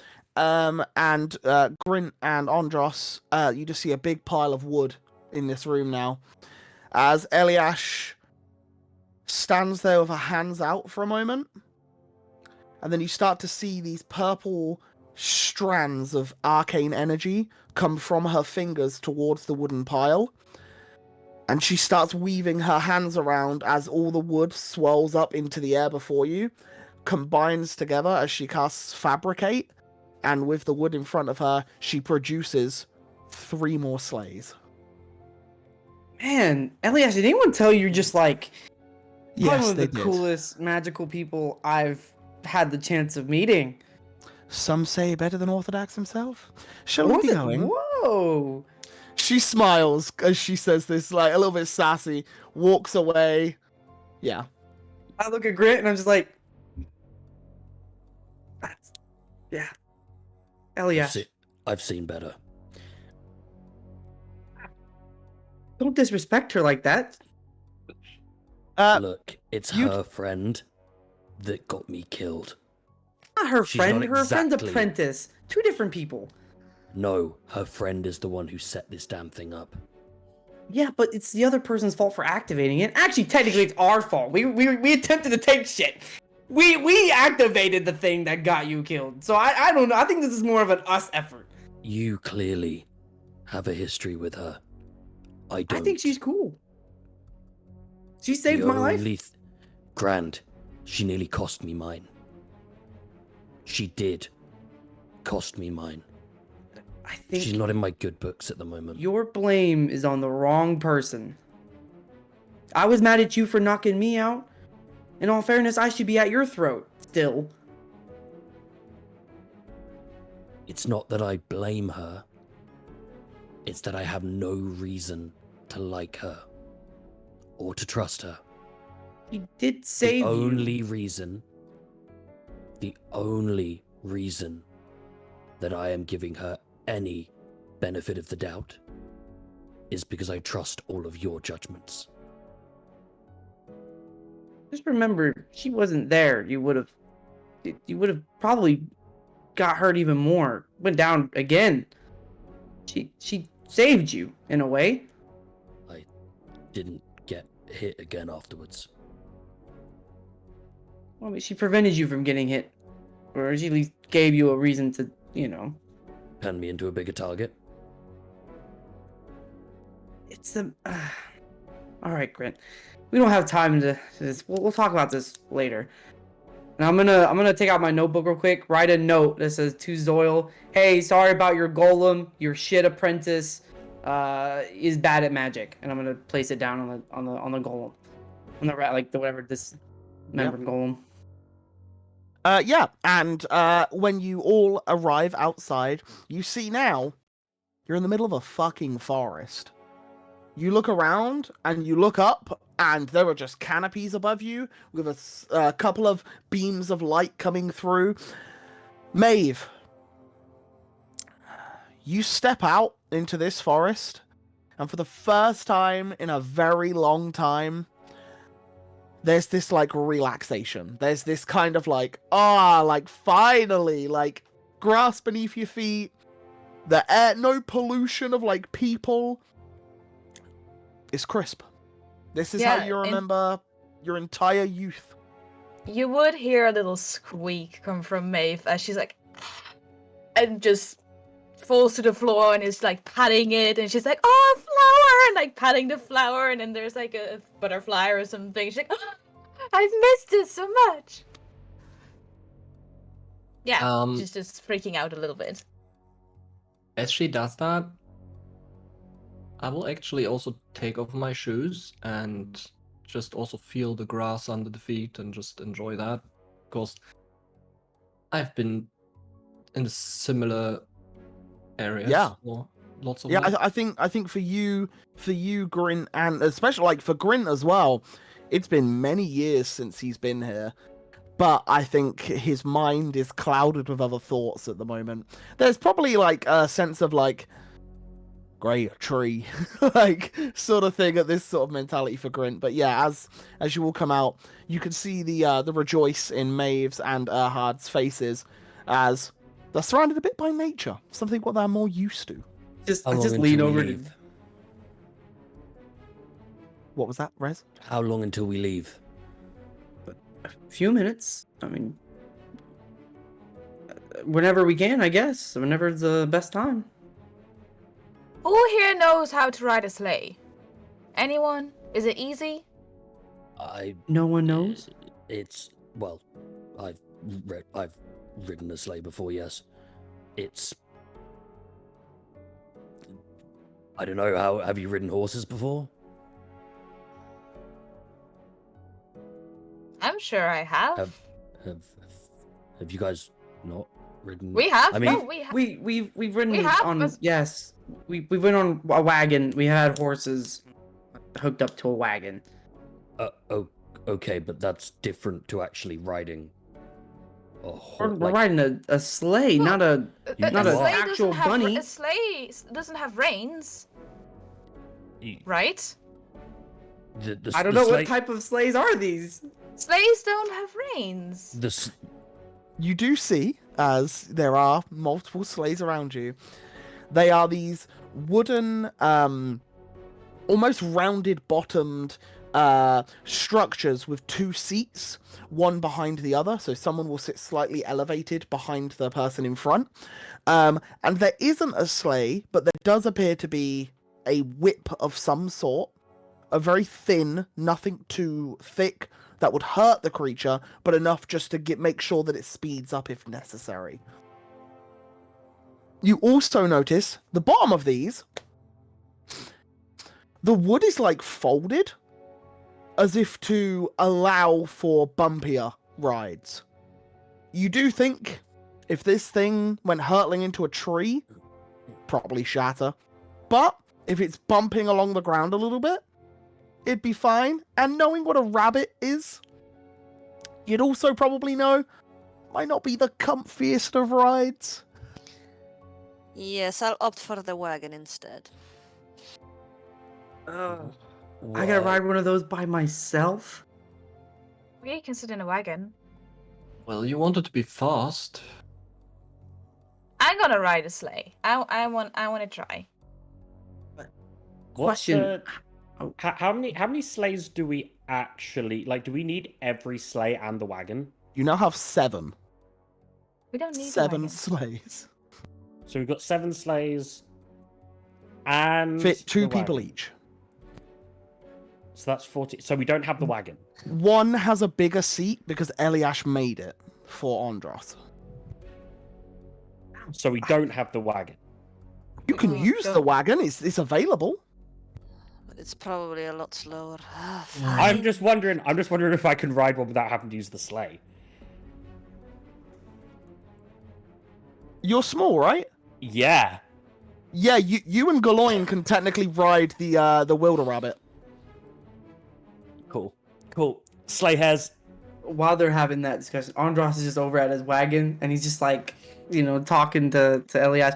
Wow, this is really well made. Thank you so much, Elias. It's nice that you would consider me when you make these sleighs. I really appreciate the thought.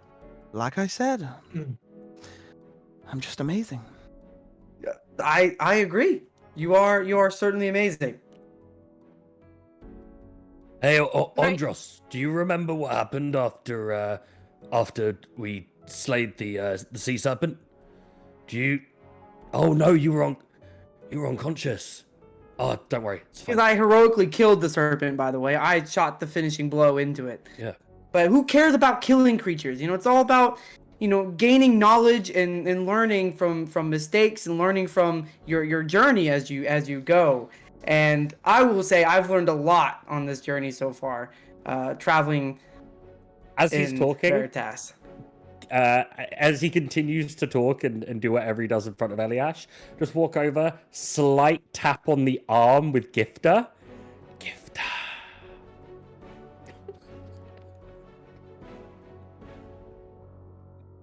And as you're joking around and doing this, Snaggletooth walks out with a tiny little wooden whistle in the shape of a rabbit. And as he blows it, none of you hear a sound. But you all start to hear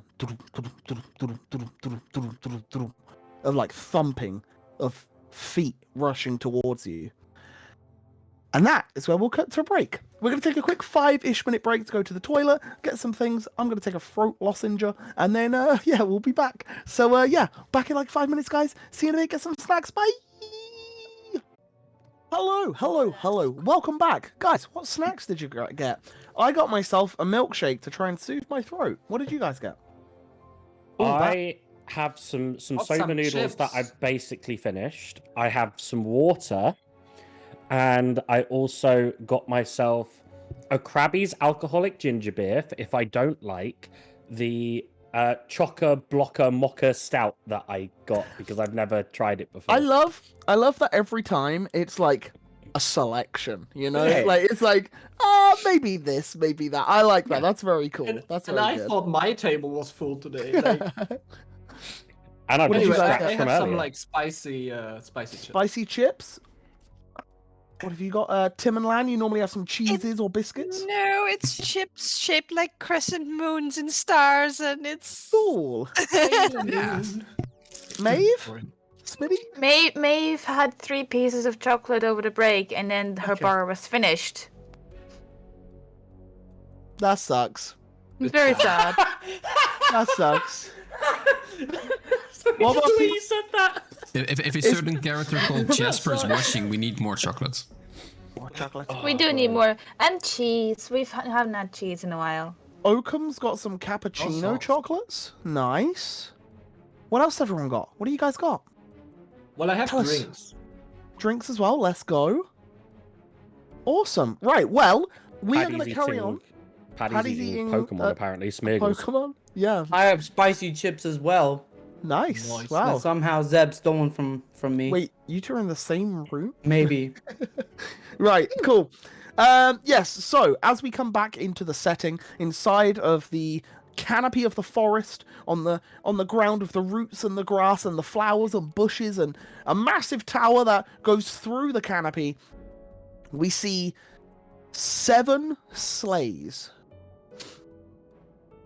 And you can hear the pounding of dozens of feet as Samuel stands upright looking around at this noise approaching. You see rabbits slightly bigger than him come hurtling through the forest. There are a total of 7 rabbits that appear. As all 7 rabbits get there, you see that they are all different colors. Some of them are grey, some are brown, some are white, and some are variations with spots and stripes and all sorts of different patterns. With one with like a white patch over his eye and like a cute little brown bit on his nose. There's all sorts of different variations. Snaggletooth pulls the whistle away from his mouth, cleans it. I think maybe one of you should take this. What is that? It's just a wilder rabbit whistle. Any wilder rabbits in the nearby vicinity will come to the whistle. It's like a whistle that is specifically for them. Like a I just frequency slowly- As he that they can hear. Yeah, it's not magical. It's literally just a whistle. I have more than one, so you can take that one. As he- I just think if you're going to continue moving along, tying a horse to a tree is easy enough, but tying a wilder rabbit to a tree, it won't work. Just let them go when you camp and blow the whistle the next morning and keep blowing it until enough turn up. As he explaining, I'm just slowly reaching out, Yeah, and he just and then gives you you it. just grab it. Right. Okay. Well, good luck. One short question before we leave. By all means. What do you know about Unimancy?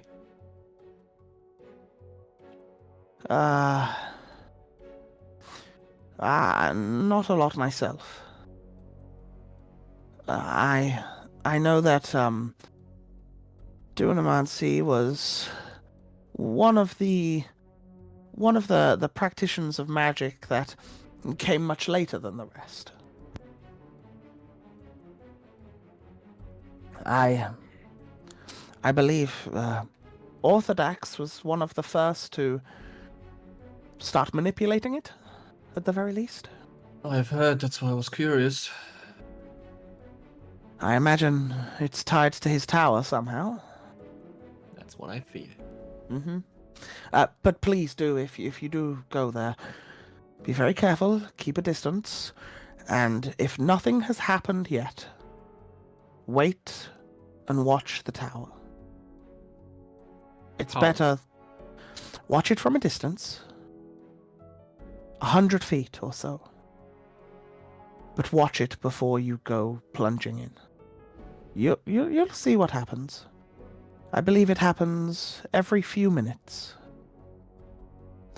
It's easier than explaining it. Well, it's a rift. Yes, you'll see. Could I roll animal handling to work out which is the kind of best natured of these? Sure. Nice. 18? Yeah, you see, there's this black wilder rabbit with white tips for ears, and it's got a little white patch on its nose, and it definitely seems the most, I want to say, trained. It goes straight to a sleigh, like, and waits, as if waiting to be attached to the sleigh. Arcturus. This is probably best for you. Why? It's the most well behaved. That's very kind of you, Grint. Thank you. It's all right. Yeah. Look, you're very book smart. I don't know if you're the most. Hey now. Hey, Arcturus is just smart, okay? He's not just book smart. Arcturus is smart. Andros, it's we get it. It's grown up talking. I mean, do any of them look bad behaved to you, Grind? I'll say with an 18, there is one that sat there, and its back leg is just tapping, like one of its legs is just going mad. It seems very excited, to the point where it might just, maybe run a little too hard sometimes. You get the sense that it's got too much energy. Yeah, I'm taking this one, and I'm not risking a sleigh. We can take it together if you want. Are you sure? He's riding it. Well, I mean, I could ride it, but if you want to, you're riding it? I mean, I can. I mean, if you want to, go for it. I was just gonna suggest guidance could be good on this. If Okay. if we struggle with it. We can take a sleigh together. I mean, you can make me struggle with it. I mean, I'm pretty excited. That thing's You excited. had demon What kind of tail. match? We remember the demon tail thing. You're only excited because Eliash is here. No, we have a mission and we are on a journey. Literally, the Oh. only person who hasn't noticed is Maeve, and that's because it's Maeve. Let's notice True what. that. The mission comes first. Exactly. Andros is being. I would also like to say I'm far too old for you, dear. I'm gonna walk to my sleigh, and I'm just gonna get it ready. I'm just gonna get it ready to go. I'm Oh, no. I'm centuries old, dear. Not the Arcturus, monster. do you want to share a sleigh, or I'm Elias. sorry. would rather have one of the ladies join? I was still laughing about Elias. Sorry. What did you say? Do you want to share a sleigh, or should we split up with the ladies rather? I would say let the ladies decide. This lady wants to go with another lady, if it's all right with her, of course. Do you mean Eliash? That's the only one. Well, In you're that case, or- you're capable of riding one. It doesn't matter. No, I wasn't sure. I mean, I was saying I'd take the difficult one, but I can ride with you. I don't mind. Yes, no, I thought you might. So if it's all right with Eliash, I'd like to share with her because I know. I've seen you with the griffins. You like the exciting ones. And Wait, you that's not for me. you wish to share with me? If it's all right with you. Well, I'll tell you now. I would be atrocious at riding one of these, but Well, that we, makes we, two of us. Let's go. very well, we can attempt it. I've never ridden one before. Well, as a driver, I've been a passenger. Can we she take a walks over spare to her. sleigh? Like, just in case. As you're saying this, you all notice Galoin is like ripping out one of the chairs. And is like he rips out the chair of one of the back of one, and he's like, Andros or Grin, Yeah, Yeah. can what's you up? smooth this a little bit? sure. I'll do that. And you make a flat bed at the back. Sure. And he's like, right, Samuel's got a spot. And Samuel leaps in and lays down on like a blanket. Tenko flies in and sits in the back with Samuel. And Jasper jumps out and sits in with them two. I look at Tanko like, gonna let me sit on by myself? Tenko just stares at you, eyes. Tempo is going to let you You're my bird! You hear a rumble in Tenko's stomach. I just walk over to my sleigh. I'll get in it and yeah, it's gonna sit there all alone. Yeah, Well, and you sit in this Galoin, bigger chair. I'm glad that you have managed the menagerie. What? Well, I need to make sure everyone's accounted for, and we need to make sure we have transport. You are exceptional at your role. If there is one thing I am good at, it is transportation of goods, people, and pets.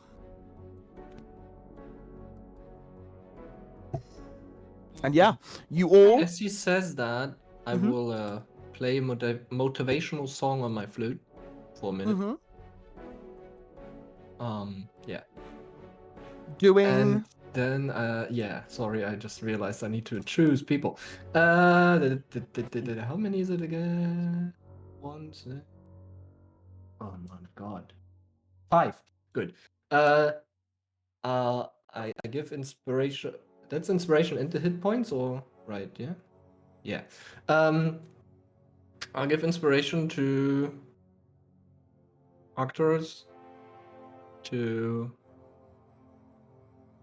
who's gonna be driving, Lan, Shion, or Eliash?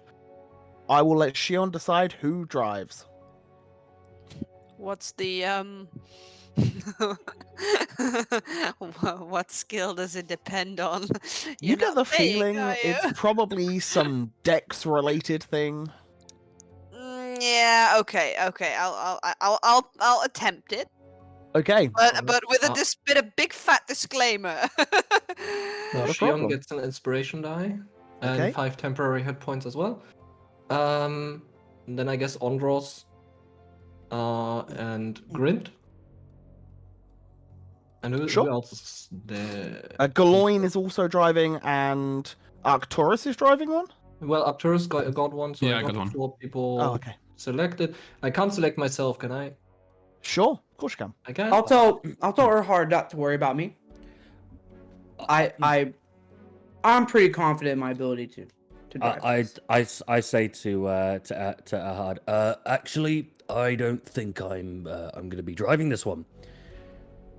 I trust the person who seems to be absolutely amazing at everything they try for the first time. What's that supposed to mean? This is basically drinking and/or dancing. You'll be great. Okay, so can I redo all of that? Is that fine? Oh, you tell me who. Good. Shion, Maeve, Arcturus, myself, and Ondros. That's 5, right? Okay, not a problem. So 5 temporary hit points and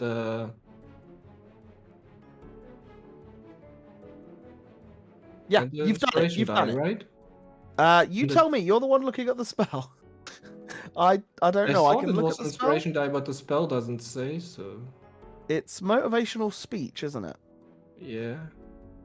Yeah. So you give them advantage on the next attack roll they make. Where was the inspiration die stuff? Okay, yeah, sure. I will read up on that while we go. Not a problem. And I will get my own sleigh as well. You get your own one? Because Okay. yes, because I'm thinking like if something breaks, we have a spare one. So, Radoki, encourage anyone before we leave. And I take a huge swig of that real strong vodka. okay. So just to clarify, Maeve is with Grint now. Mhm. Shion with Eliash. Andros on his own. Ahad on his own. Arcturus on his own. Apparently, yes. Galoin. Gloin on his own. So we need one person to. Aren't Arcturus and Erhard going together?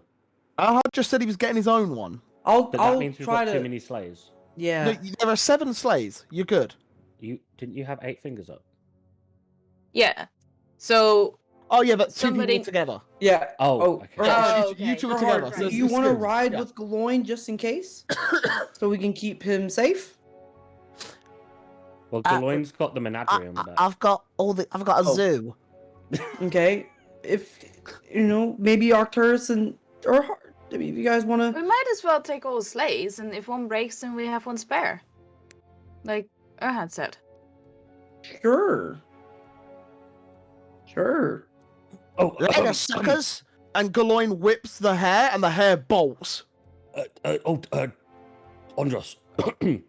And I very slyly go to shake Andros's hand. 5 gold, Erhard falls off first.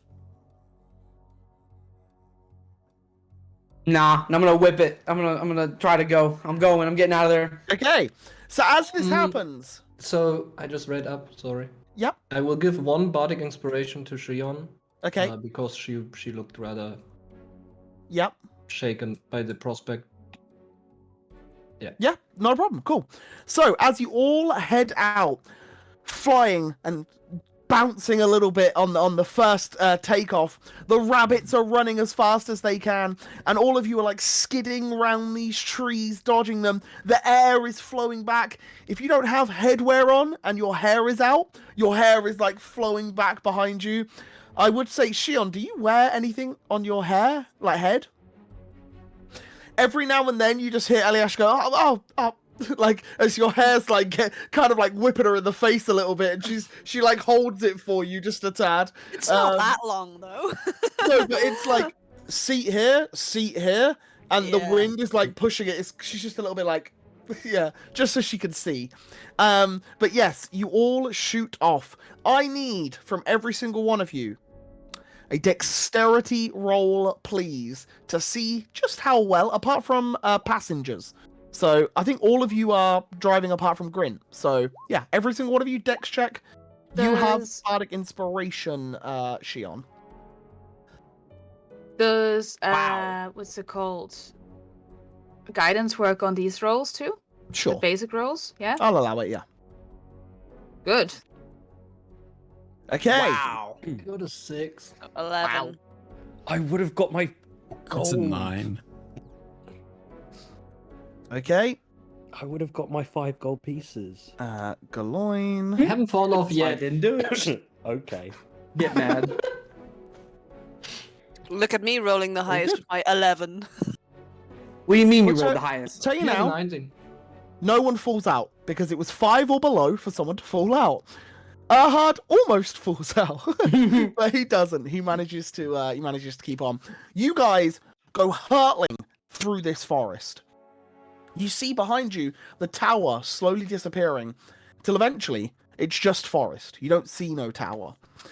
As you're hurtling through, the wind is pushing your hair back, and this thrill, this excitement, this rush of speed.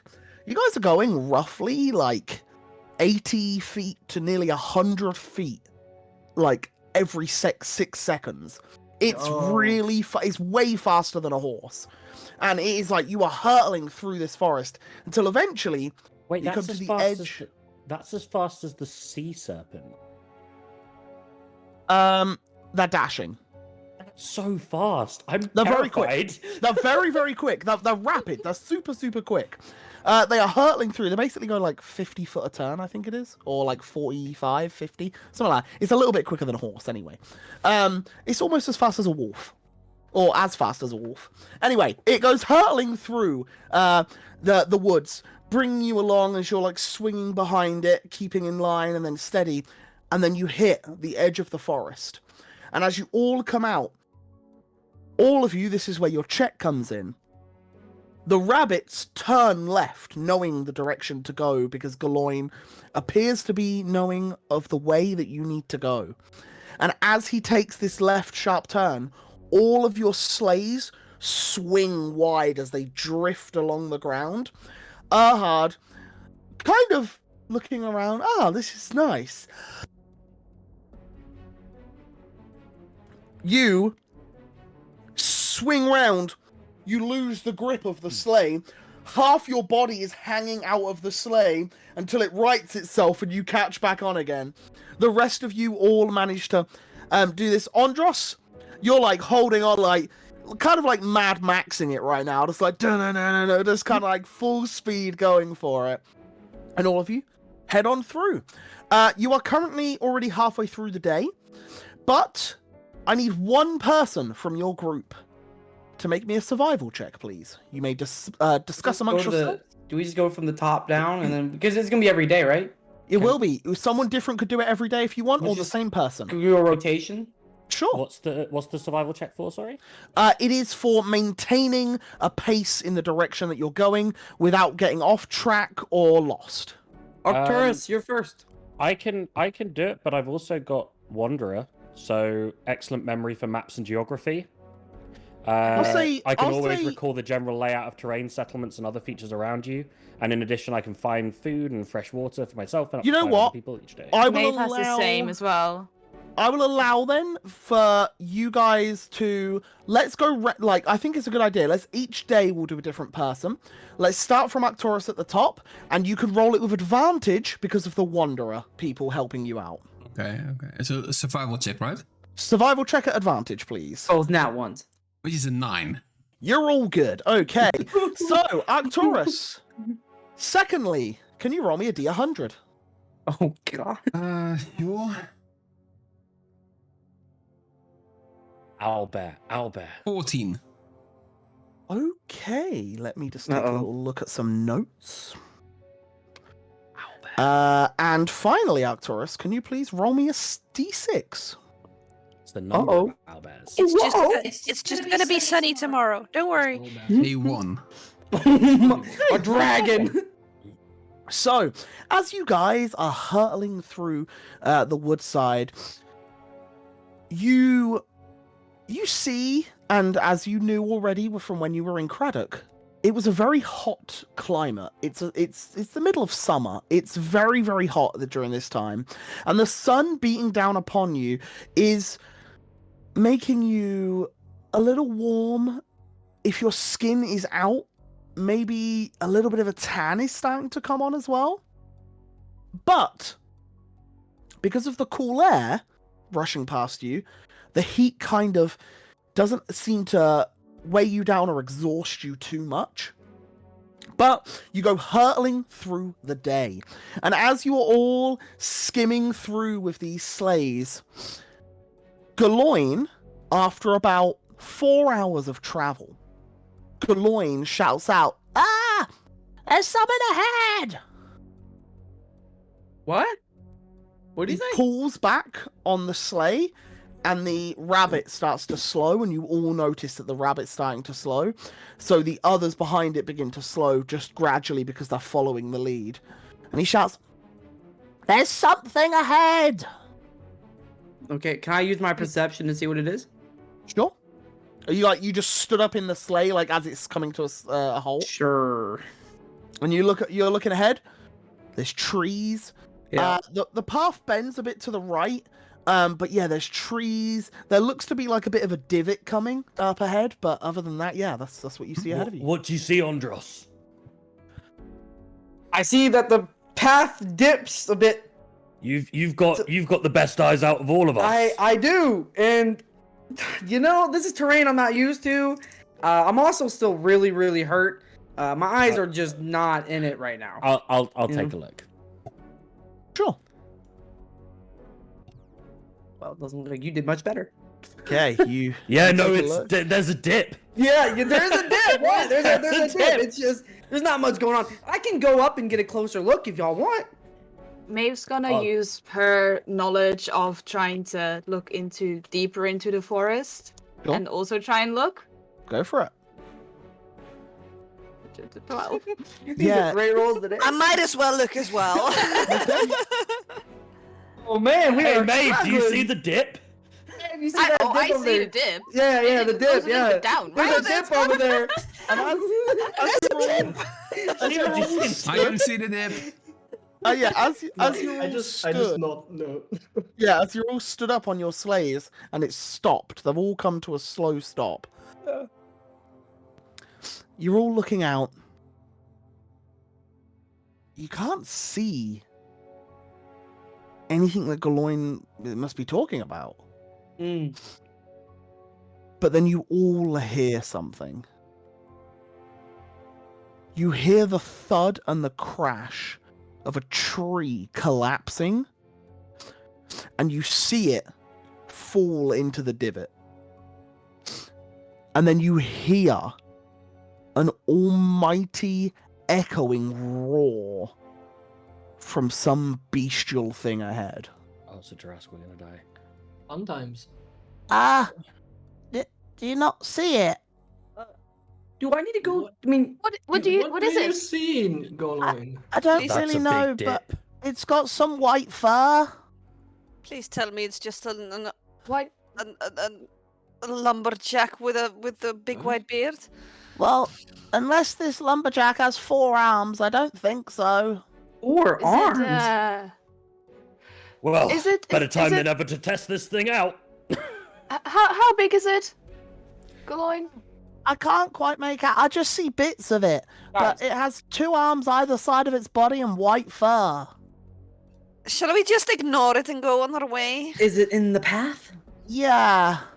Great. Mate, That's We great. have to Gonna- go. Can I summon Olaf and just make him kind of fly over it, potentially? Yeah? Roll Olaf a perception check. Because it's in a forest. Maeve's Yeah. gonna cast Healing Word on herself as she hasn't healed 14. since the fight. Mm-hmm.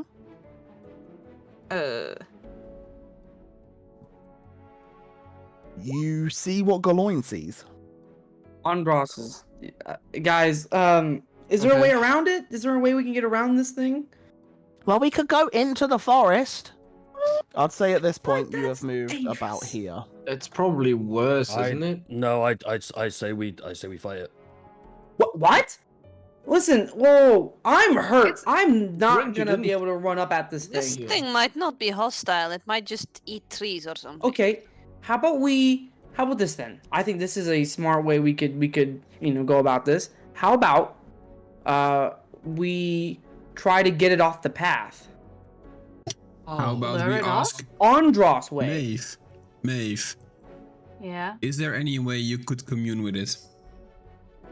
If it's an animal, sure. If it's a monstrous beast, maybe not.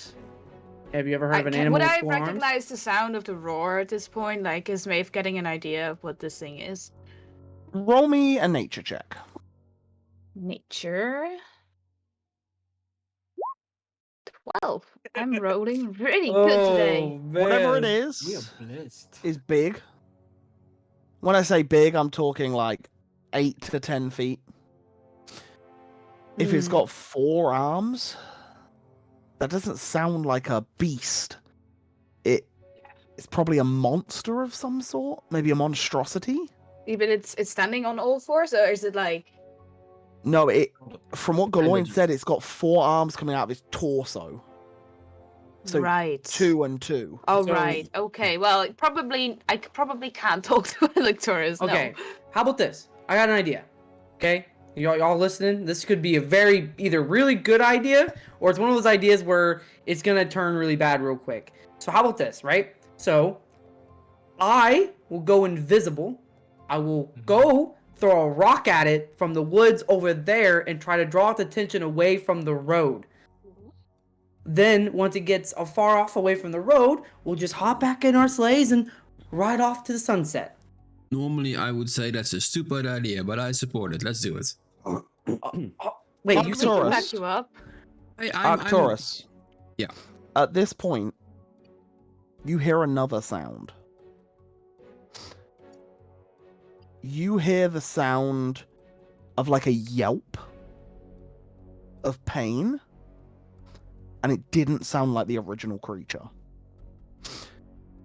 Olaf now sees what looks to be like a tiger stood on two legs, holding a sword in one hand, fighting this gigantic ape-looking thing with 4 arms.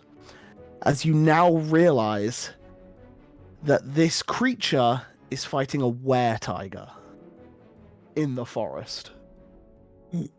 Ah. It is fighting something or Shoot. someone. And because of where you said Olaf is, you start to see more figures. There seems to be more figures of humanoid size fighting more of these ape-like creatures. From what you can see, you see 3 ape-like creatures and roughly 5 humanoid figures. This is either a hunting party, sorry, or they got hunted down by the monsters Hunting themselves. party made up of what? It looks like tigers on 2 legs. Like Tabaxi. More monsters. Leonin? No, like Like you know, where? like a werewolf. Where? One of them is a bear. What? Is there any kind of precedent They- that I would know about in Elenasta for? Roll me a history check, both Maeve, Erhard, and we'll go with Yeah. Grint, because you're all from Elenaster. We'll Wow! see. This will determine how many you've encountered or heard. Holy, Wow, guys, let's tonight. Okay, we're getting these rolls out the way before combat. Yes, Yeah. exactly. Yeah. Grint It's all has cleansing. never encountered a were-like creature when he was in Elenaster. He has also never heard of it. He didn't spend a great deal of time here. It was only his real youth. Maeve, same applies to you. Your time with civilization to hear spread of this wasn't a big thing for you. And when you were alone, you didn't see anyone else. Erhard, your memories of Elenaster are very slim at the best of times. Yep.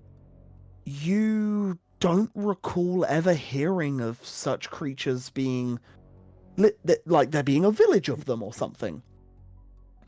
But you also know its ties to the Feywild. Who knows? You're not sure. You're really not sure. So do we help Just these for people or clarity, do we we- not? We've got to help these people. We're the Maybe Iron they're- Vortex. They're a group of druids, maybe. We should help them. Maybe. At this point, Well, they're hearing definitely them humanoid. saying that we can help them, Andros is gonna go invisible, prepare his dagger of venom, and his sword, and he's gonna start moving towards the combat. Or they're blood mages who try to get to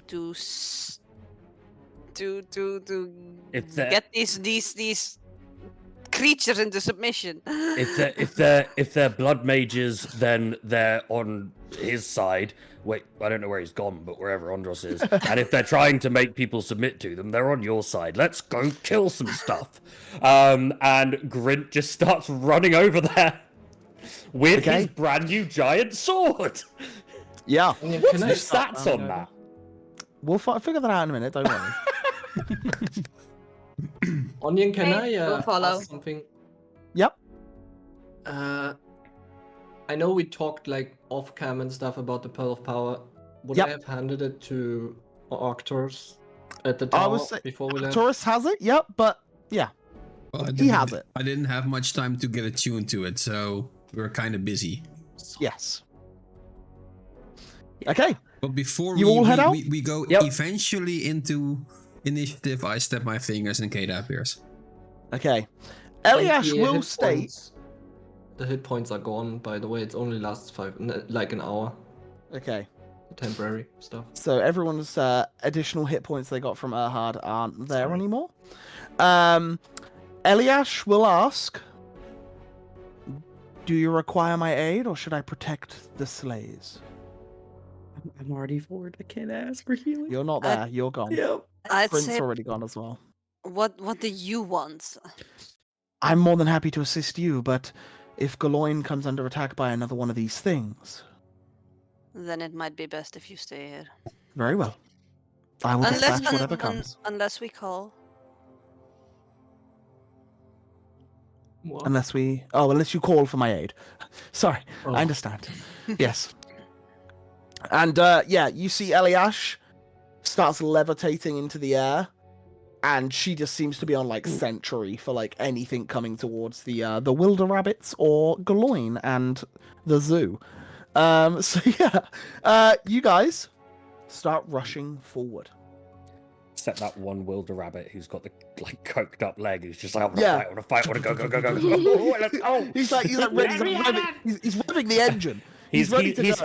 He's had the 100 coffees that Fry had in Futurama. Yeah. And yeah, as you guys all start getting a bit closer, Andros, you Yes. are ahead of the party, Mhm. and you come to this fallen tree in the road.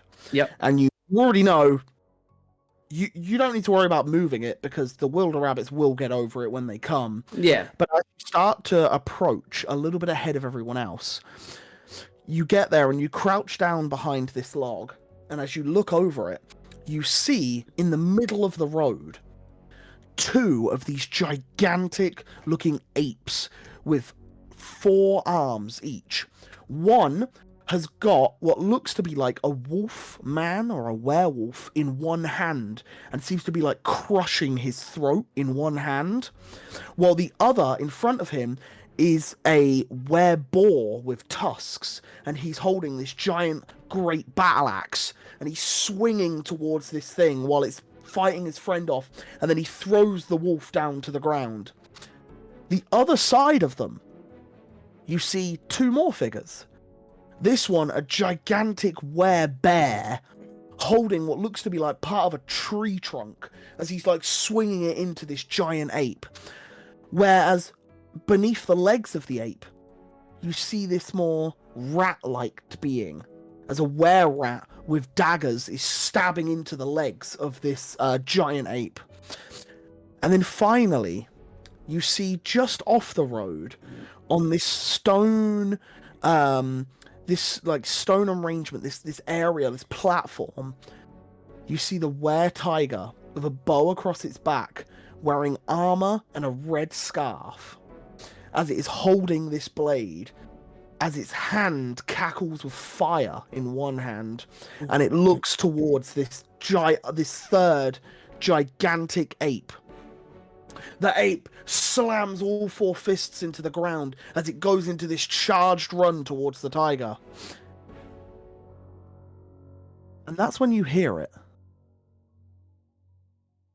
You hear, to the right of you, branches snapping, as from the tree just to the right, still upright, you see a 4th white-furred ape in the trees looking. As Grint, you start running towards the fray, and Andros, you see that it notices Grint.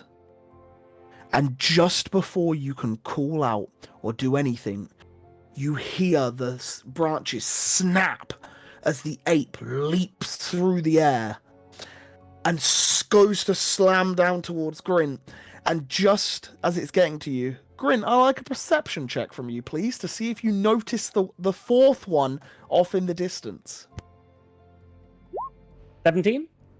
As you're running to catch up with Andros, who you're not quite sure where he is at this moment, you see the sun dim. as this shadow casts over you. And that's when you see the gigantic ape-like creature about to slam down. And moments before contact, that is where we'll end tonight's session. No!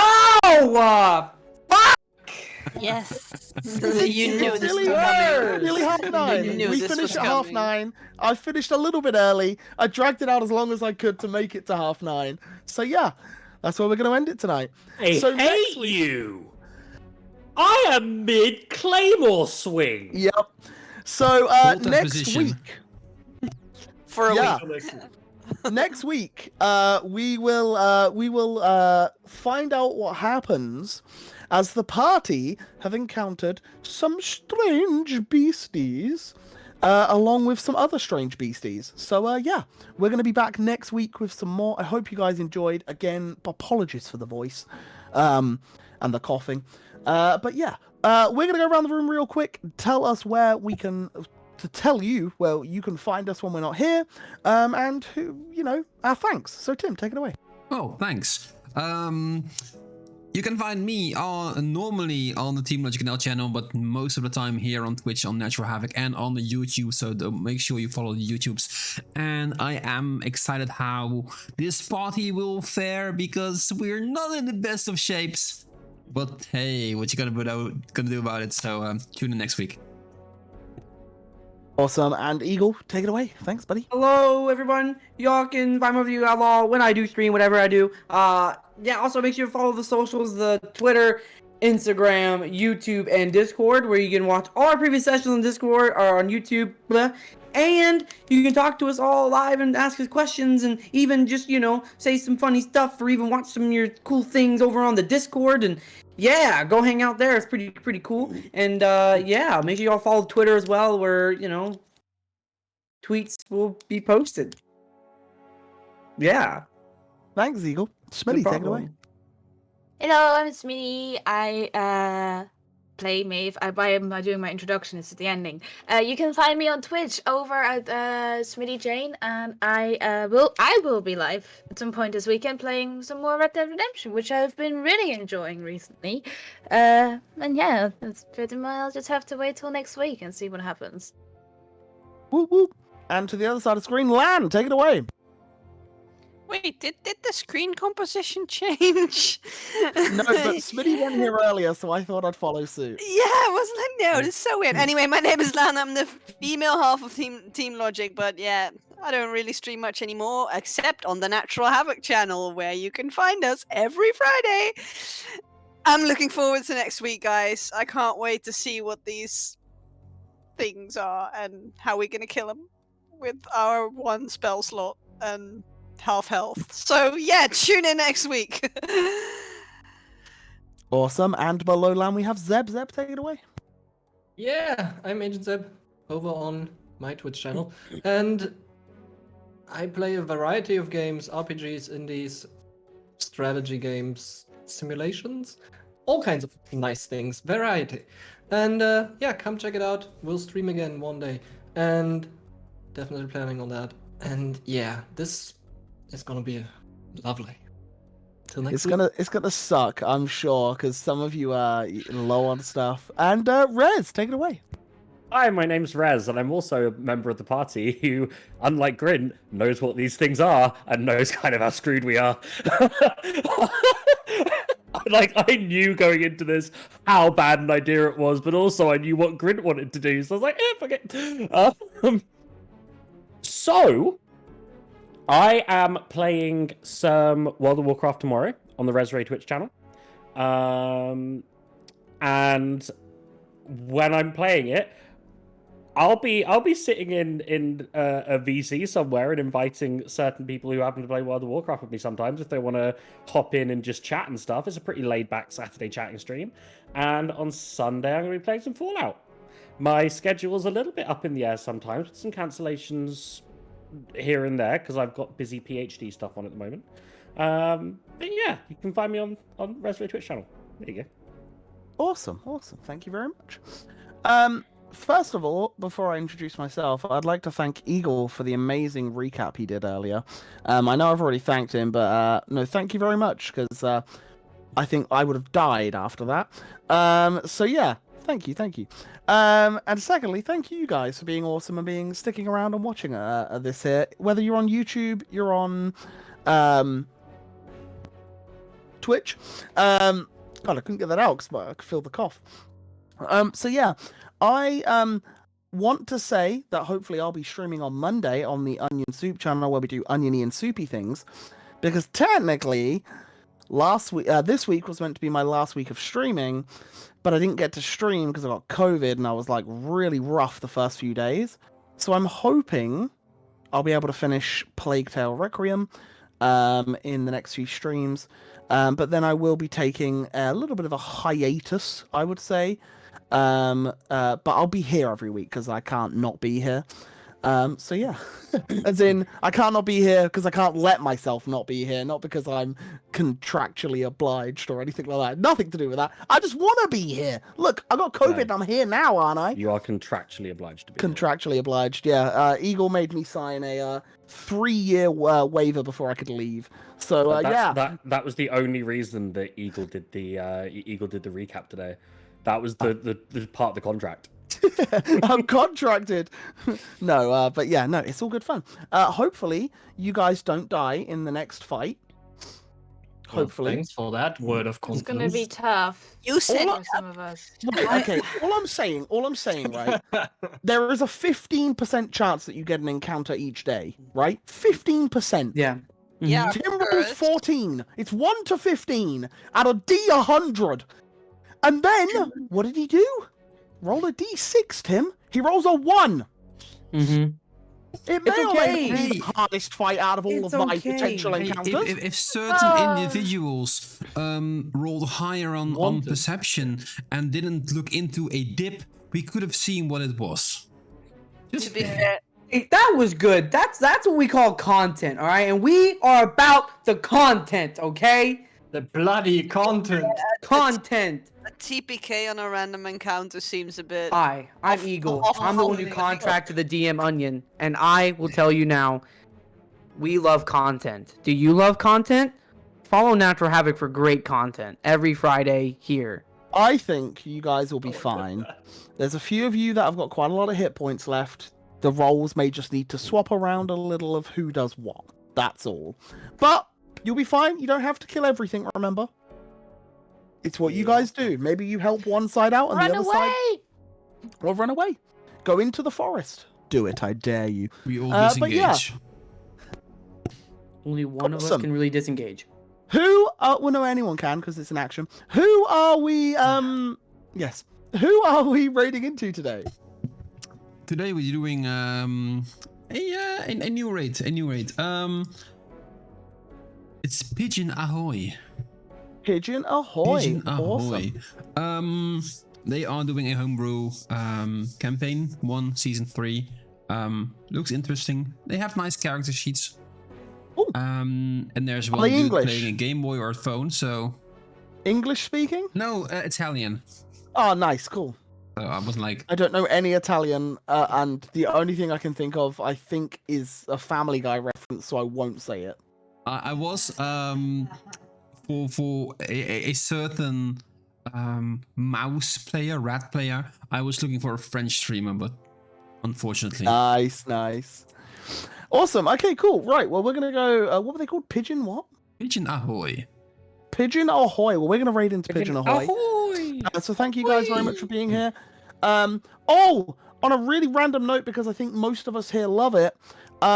If you like The Legend of Vox Machina on Prime, I know I probably shouldn't really advertise them, but I literally wear their t-shirts and stuff. But Critical Role are an amazing D&D group, and season 2 of The Legend of Vox Machina is out today. So go and check it out. I'm gonna go watch it tonight, I think. So yeah, I'm buzzing. I can't wait. I'm very excited. Prime. It's The on link Prime. is there as well. If the raid doesn't take you with us because Yes. Twitch was fucky, you can click that link there. But wait until we've gone. He's a That's mod awesome. now. Thank you very much, Mr. Mod. Right, cool. Yeah, and thank you, Mods, for being here and helping us out and all the raid messages and all the good things. You're amazing. Thank you. We'll see you next week. Take care. Goodbye. Bye bye. Bye.